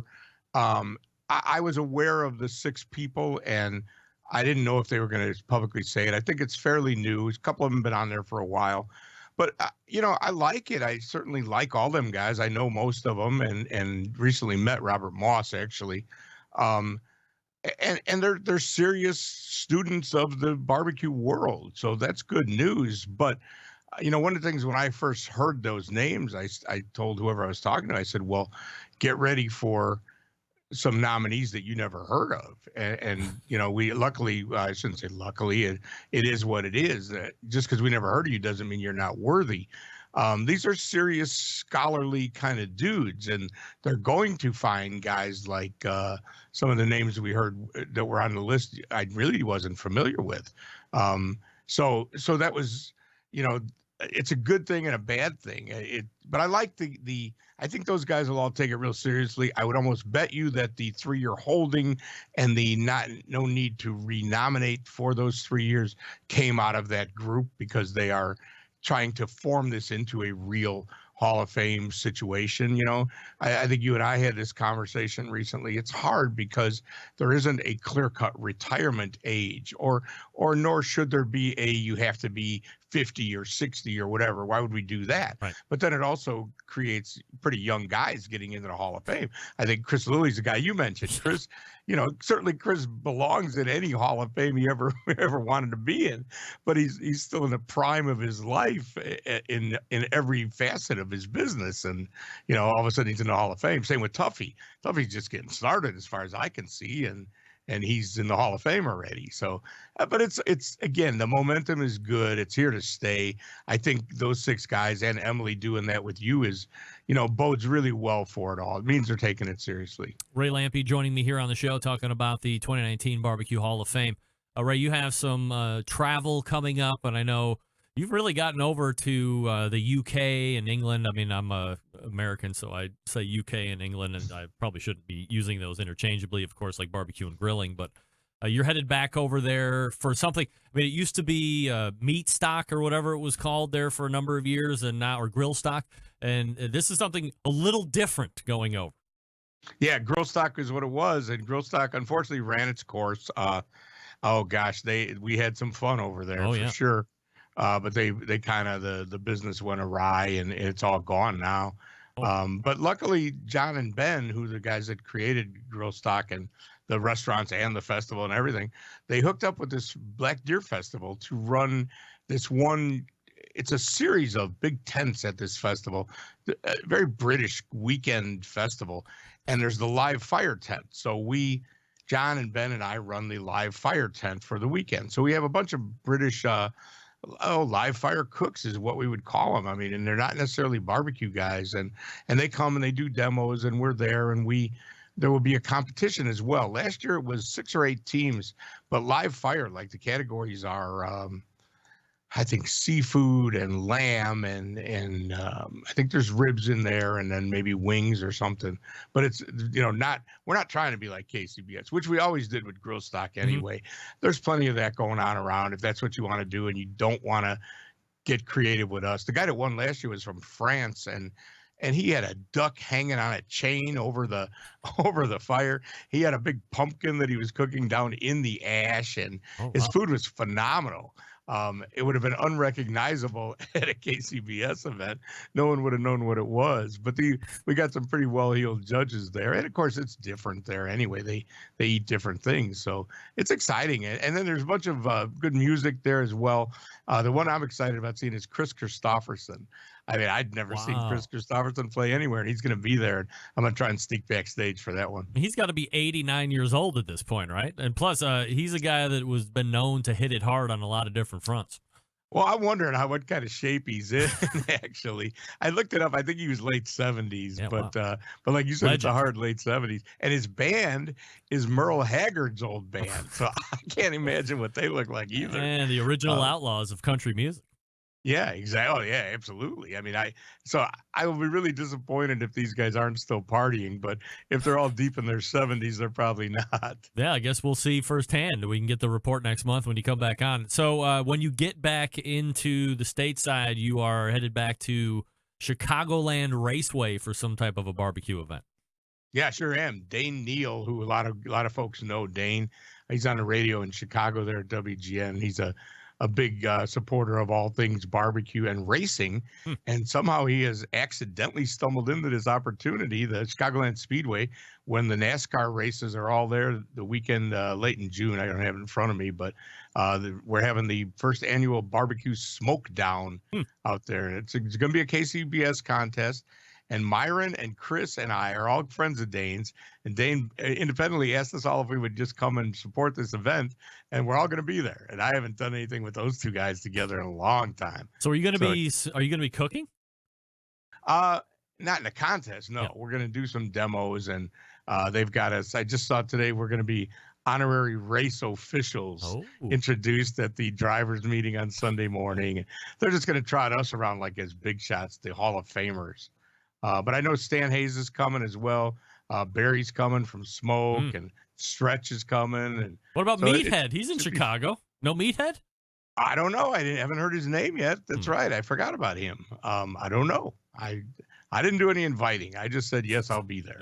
That's right. So tell Meathead he's got to work his own way in. All right. I'll tell him that a little bit later. No doubt about it. So, and then after that, what else? Anything else coming up on the docket? Yeah, I'm going to go into Eggfest in Ohio. I'll talk to you about that. August 16th, I think I arrive in. It's in Columbus. Okay. So if you want to come over to Columbus and hang out, should be fun. Yeah. And I think the Certified Angus Beef guys are going to join me there for that one. Should be a good time. And then I'm going to Sturgis again this year. We got a new event at Sturgis.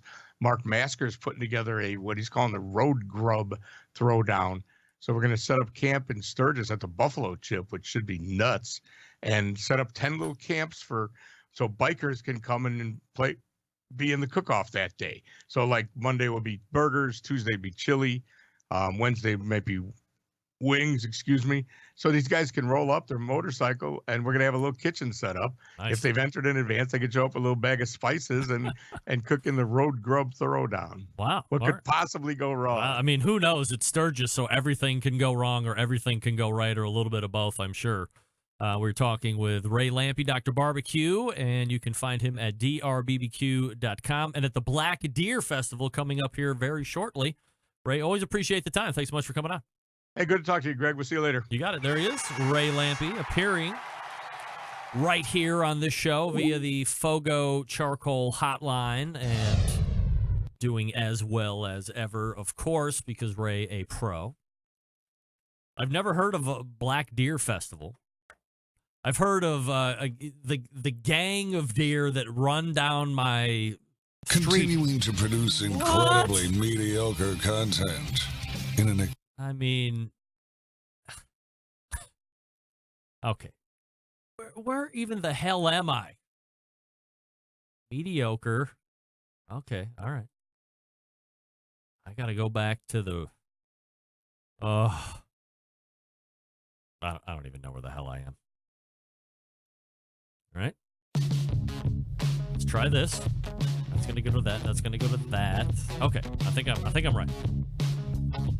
Let me talk to you quickly about Big Papa Smokers before we get over to Joey Machado from FOGO Charcoal. Big Papa's the place to go. A curated selection of only the best outdoor cooking and grilling supplies get you on the path to better barbecue results in no time. They are known for the championship rubs and seasonings, popular flavors like Sweet Money, Cattle Prod, Cash Cow, Desert Gold, which I just used on some peppers today.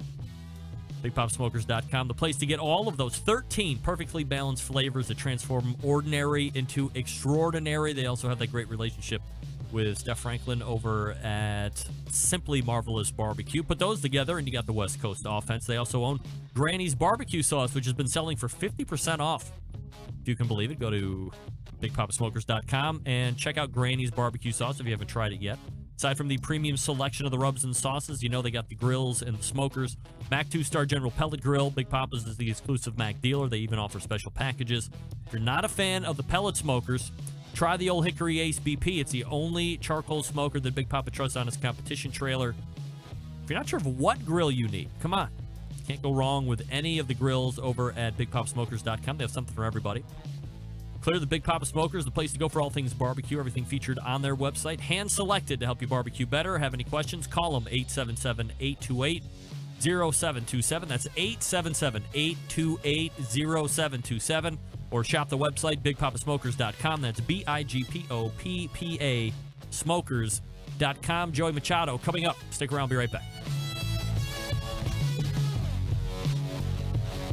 Continuing to produce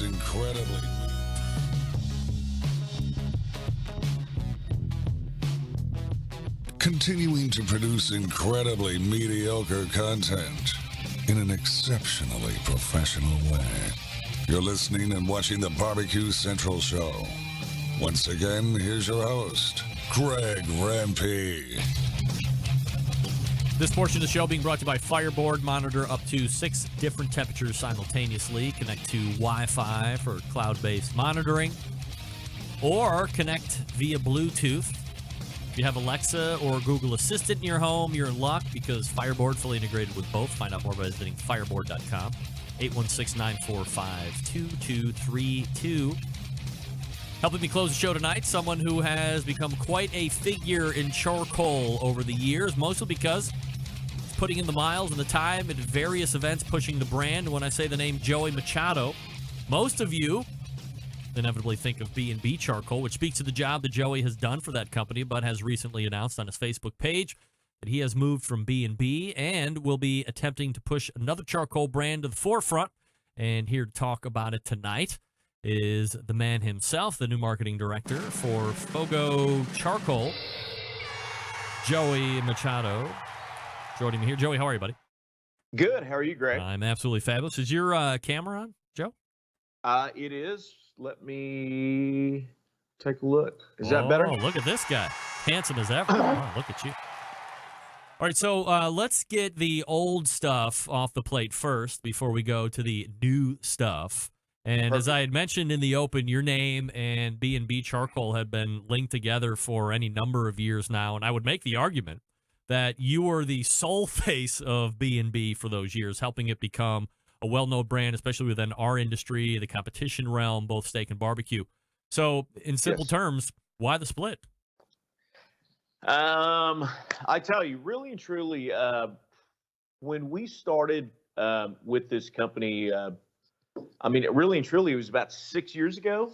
I was just a competition cook, Texas competition cook, who found that charcoal was a local product to me, and we kind of decided to see if we could go out there and promote this. I was just like every other cook out there, thought we could just get out there and really blow the brand up for them.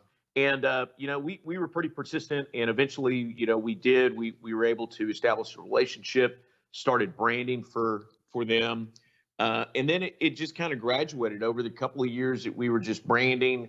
Ty, my son, had a little bit of success, and then all of a sudden, we kind of shifted that to him and let him kind of promote the product, just because we thought it made the most sense.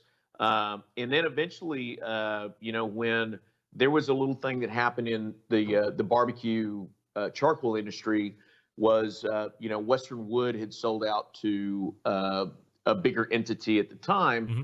And I kind of saw an opening for a company like B&B Charcoal, who'd been around, forever. The company started in 1961. But I just saw that there was an opportunity for this company to grow, and approached one of the owners at the time. And we sat down and discussed, and we had a conversation of, what are y'all prepared to do? Do y'all want to grow? How big could you grow?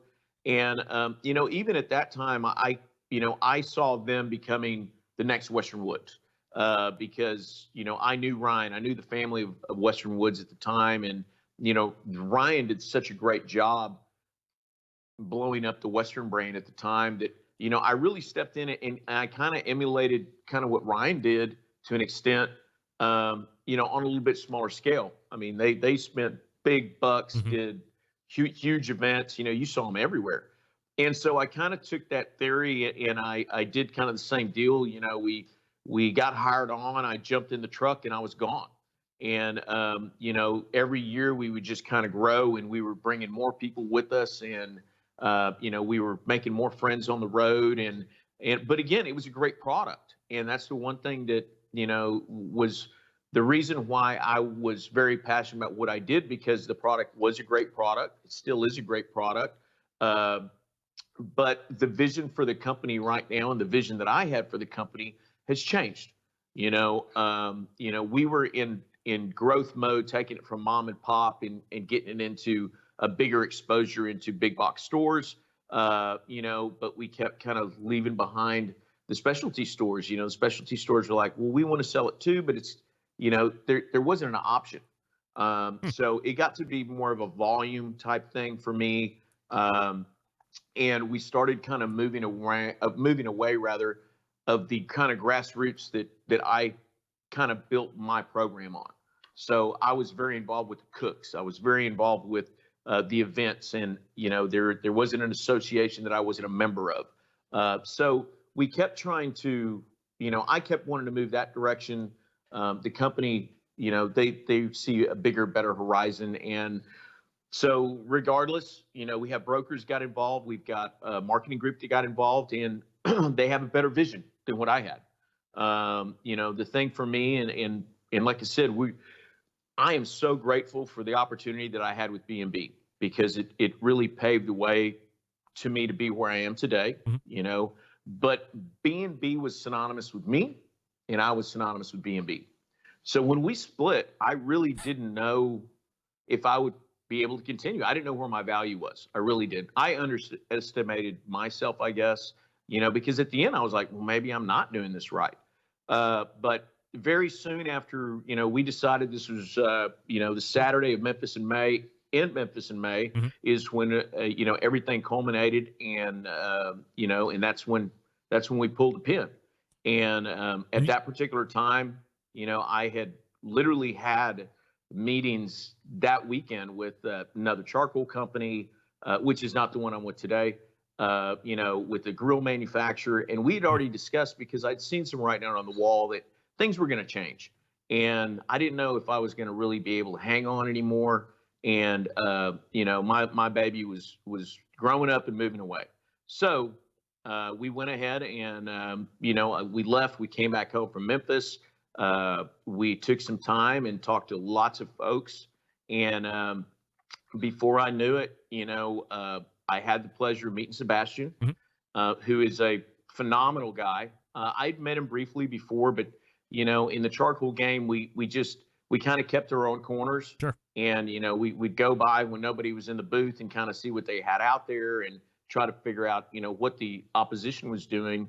But really at the time, we didn't have a relationship. And I had several good friends of ours who were in the industry who reached out and goes, hey, you really ought to talk to this guy. It's a great program, and to be real honest, I didn't think that if I left the company, I didn't think I was going to go into charcoal. I thought I was going to go into some other barbecue related industry just because I didn't think the visual would be that good. I thought that, if I left there and went to another company, people would, be like, well, he's chasing dollars or, it's approaching it the wrong way. Well, let me ask you about that because you make a good point. And this is just like a straight up business question because all sales guys face this and women face this at one time or another, especially if you make a switch within industry like you've done. Yep. Is there any concern on your part that when you go visit someone or some of those same folks that you had with B&B and they're saying, hey, Joey, you've been telling me B&B for the last month or 2 years or 4 years, and now you're telling me that FOGO is the best thing I should buy. Are you concerned with that, or do you think that the majority of those contacts bought from Joey first, regardless of the product, and the brand or the product that you were representing was secondary to that relationship? Honestly, I think it's catch-22 because we did sell a genuine product. It was no BS. I mean, it was what it was. What it said on the bag is what it was. Just good quality product. And at the time, compared to everything else that was on the market, especially in a big box store, it was relatively high price for what it was. $14.99 opposed to $9 a bag on a lot of other stuff. Sure. So when I'm making the transition, I've already dealt with this already with social media and everything else, is now we have, yes, we're promoting a new product. It's a premium product, but it's a true premium product. We burned everything. We understand how it works. People won't understand this product until they burn it. It's the same thing as everything else we had, and now that we're kind of in this transition mode, we have the opportunity to go out there and do it just like I did before. We're going to go and start putting some product in people's hands, but they have to understand we're a smaller company. Am I going to be showing up events with a whole trailer load of product? Probably not. Yeah. We're going to be pretty selective. We know that some of the people are going to trust a product. There's going to be some who aren't. And it's going to be a long road. We're not planning on changing this tomorrow. It's going to be a long stretch. Is there any concern on your part at this point that FOGO is a one brand pony at this point? When you had B&B, you did have a little bit more of a portfolio. Here is just lump charcoal. And now not only is it a brand thing, but it's lump charcoal versus briquette. No, not at all. As a matter of fact, I think that was one of the main reasons, I had another large charcoal company that I was actually, my decision was between one really multi-billion-dollar company and a FOGO Charcoal. And when I went back and kind of measured everything, I saw the runway that was available with FOGO after meeting Sebastian and understanding how the company works and the way that they built the infrastructure of the company. They front-loaded this thing. So it's pretty unlimited what they're able to do later. But I know for a fact, because of what I've done over the last few years, if we are promoting a super premium product today, it needs to continue to be a super premium product. So if we go into a big box store, this product's probably not what's going to go in a big box store. We'll probably create a new line. That's where I see this going. I see the specialty markets need to remain special, and once we take the support away from those type of dealers, what we've done them a disservice to them and to ourselves because, we devalue the product, so I think that's kind of the direction it's going to go. And Sebastian, me and Sebastian will probably talk about this tomorrow after we get off of this thing, but I honestly do believe that the way that the product is today, that's the way it's going to remain. And then if there's a need for big box, we'll create it. It's available. Would that be, I guess for lack of a better term, a lesser quality product to go in and kind of fit those price points? I think that the thing that you're going to have to look at on lump coal is, for example, you have several grades. So, I mean, in essence, you would get a lesser grade of product. Yes. You know, if you go to the car audio store and go buy a stereo, they have a certain level. And then if you go to Walmart and go buy one, you can buy the same brand, but it's just a different quality product, you know. And I think that it's not going to be a inferior product. It's just going to be something else. And because there's some people who are very price conscious, and there's other people who buy Wagyu every day. Right. You know, and that's pretty much how it's going to go. Joey Machado joining me here on the show, the new marketing director for FOGO Charcoal. FOGOcharcoal.com is their website if you want to check them out and you're not familiar. So do you have a set of marching orders right now where, you know, you have like immediate things to attack, and then you have those higher growth, like getting into more of a mass market or becoming more widely recognized? Because, I mean, inevitably it's always Kingsford first. And then everybody else, you know, is trying to rise to be that next brand after Kingsford. Correct, so, you know, how do you attack that? Really, I think that what we're going to focus on is we're going to focus being us. And we're not going to try to be a Kingsford. We're not going to try to be a roll-up. You know, we are going to create our own market, which we kind of have already. I mean, they're the only specialty brand who's got 4 species of charcoals out there right now. They're the only company out there who's going, you know what? This stuff's from South America, and we're pretty proud about that. You know, we want you to understand the hands that touch this product to create what we create today. Because once people understand and they burn this product and they understand how many generations of folks have touched this product to put it in this bag, to put it on your doorstep, that's when you really sit back and you go, now I kind of understand why this stuff is at the price point it is, but I also understand, you know, how this stuff can be able to be shipped on Amazon. And it shows at my house, and it's pretty awesome. You know, that was one of the things with previous company that I was with is, you know, we wanted to try to put a online store together, and it was like, no, I did not want to sell any lump coal because, you know, it just, I saw so many stores just in a store alone. You know, if you grab the last bag, man, you just say a prayer when you open it. Yep. You know, so, but like I said, the reviews of this company speak for itself on that lump product, and it has done so well in the mail order scenario. So if it's going to do great coming from Amazon, you know, people are going to even appreciate it even more when it's, you know, on the store shelf. Joey, lump has long been associated with high heat cooking, obviously, and ceramic cookers, especially ceramic cookers. In the low and slow environment that is not ceramic, would you say that is widely untapped or at least underutilized, and that's going to be a market segment you're going to be going after? Well, I tell you that, you know, they currently have product right now that will serve that purpose.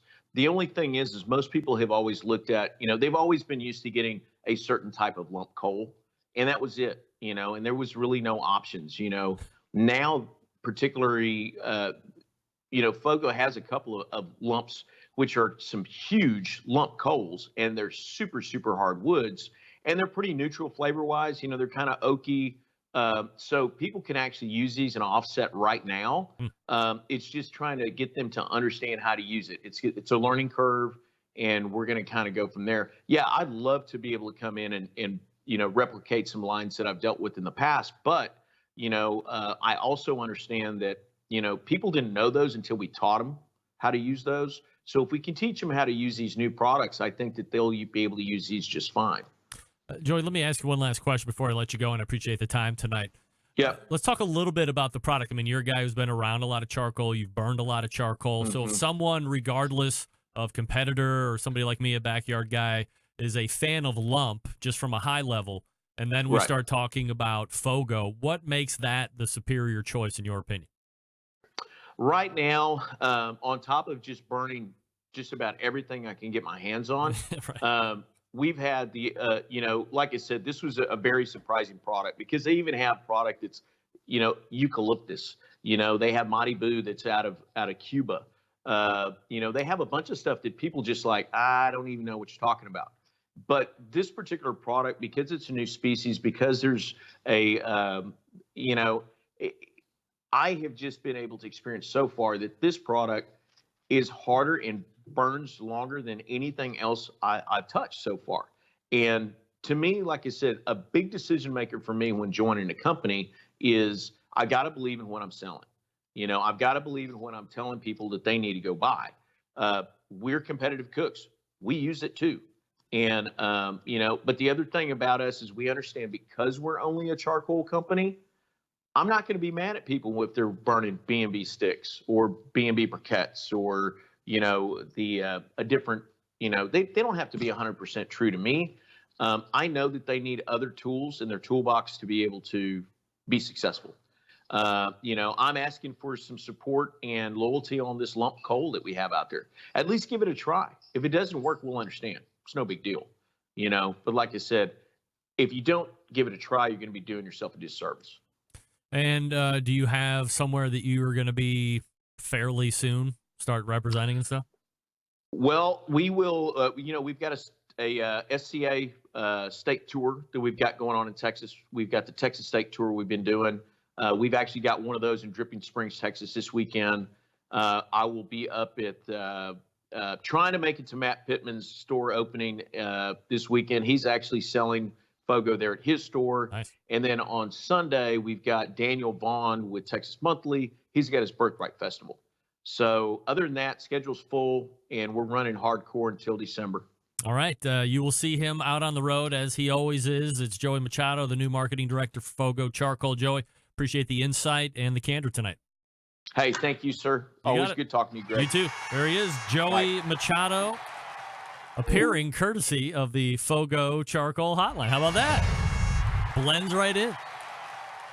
So there he is. If you had any questions about what happened, hopefully that gives you some insight there. And just to paraphrase quickly, they were on B&B. It was a good thing. And then at some point, a vision changed or an idea changed or how they wanted to take the company changed. And that's where the split takes place. And through some suggestions, him and Sebastian from FOGO hook up and away they go. So definitely not stepping away from any of these questions tonight, which I certainly appreciate. And there you have it. Again, the website FOGO, FOGOcharcoal.com, and all guests appear via the FOGO Charcoal Hotline. And that is Joey Machado. Again, Dripping Springs, he said, this weekend, and looking to be in the Matt Pittman opening as well, the Meat Church store. All right. I think that's it. We're all read up. We're all caught up. All that stuff. I have no idea why this is still running. I'll tell you what. Give me 30 seconds. We'll come back and wrap up. Whole packers, full racks, legs and thighs, injecting butts. If you've never heard this before, you might think you found the best XXX show ever. Let's get back to the most homoerotic host out there today, Greg Rempe. All right, welcome back. I have an email from Diane Me. Stand by for this. This is a subject line, hashtag salmon. Salmon that originate in the pristine waters of Alaska's Copper River are challenged by its length and strong, chilly rapids. Consequently, Copper River salmon are strong, robust creatures with a healthy store of natural oils and body fat to get them from their breeding grounds at these from their breeding grounds at these qualities make the salmon the richest, tastiest fish in the world. As usual, it's the fat. Fat equals flavor. Of course it does. Thank you, Diane, for giving us a little more insight into the Copper River salmon. Hey, all the way back in the first hour, Meathead talked a little bit about Copper River salmon. We talked about gifts for dad, and steaks, and lobster.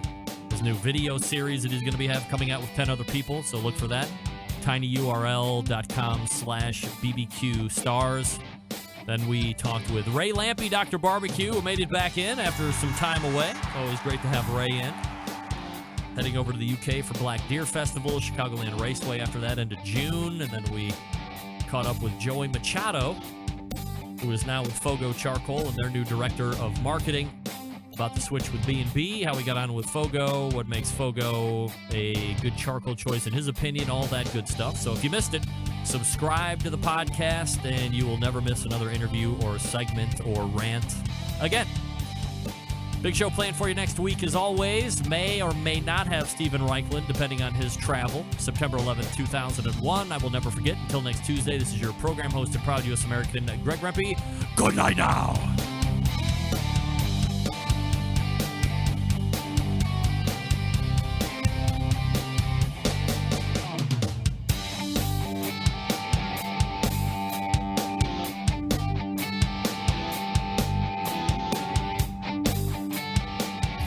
Jennifer Palamas from Charlotte, North Carolina, and this is BBQ Central.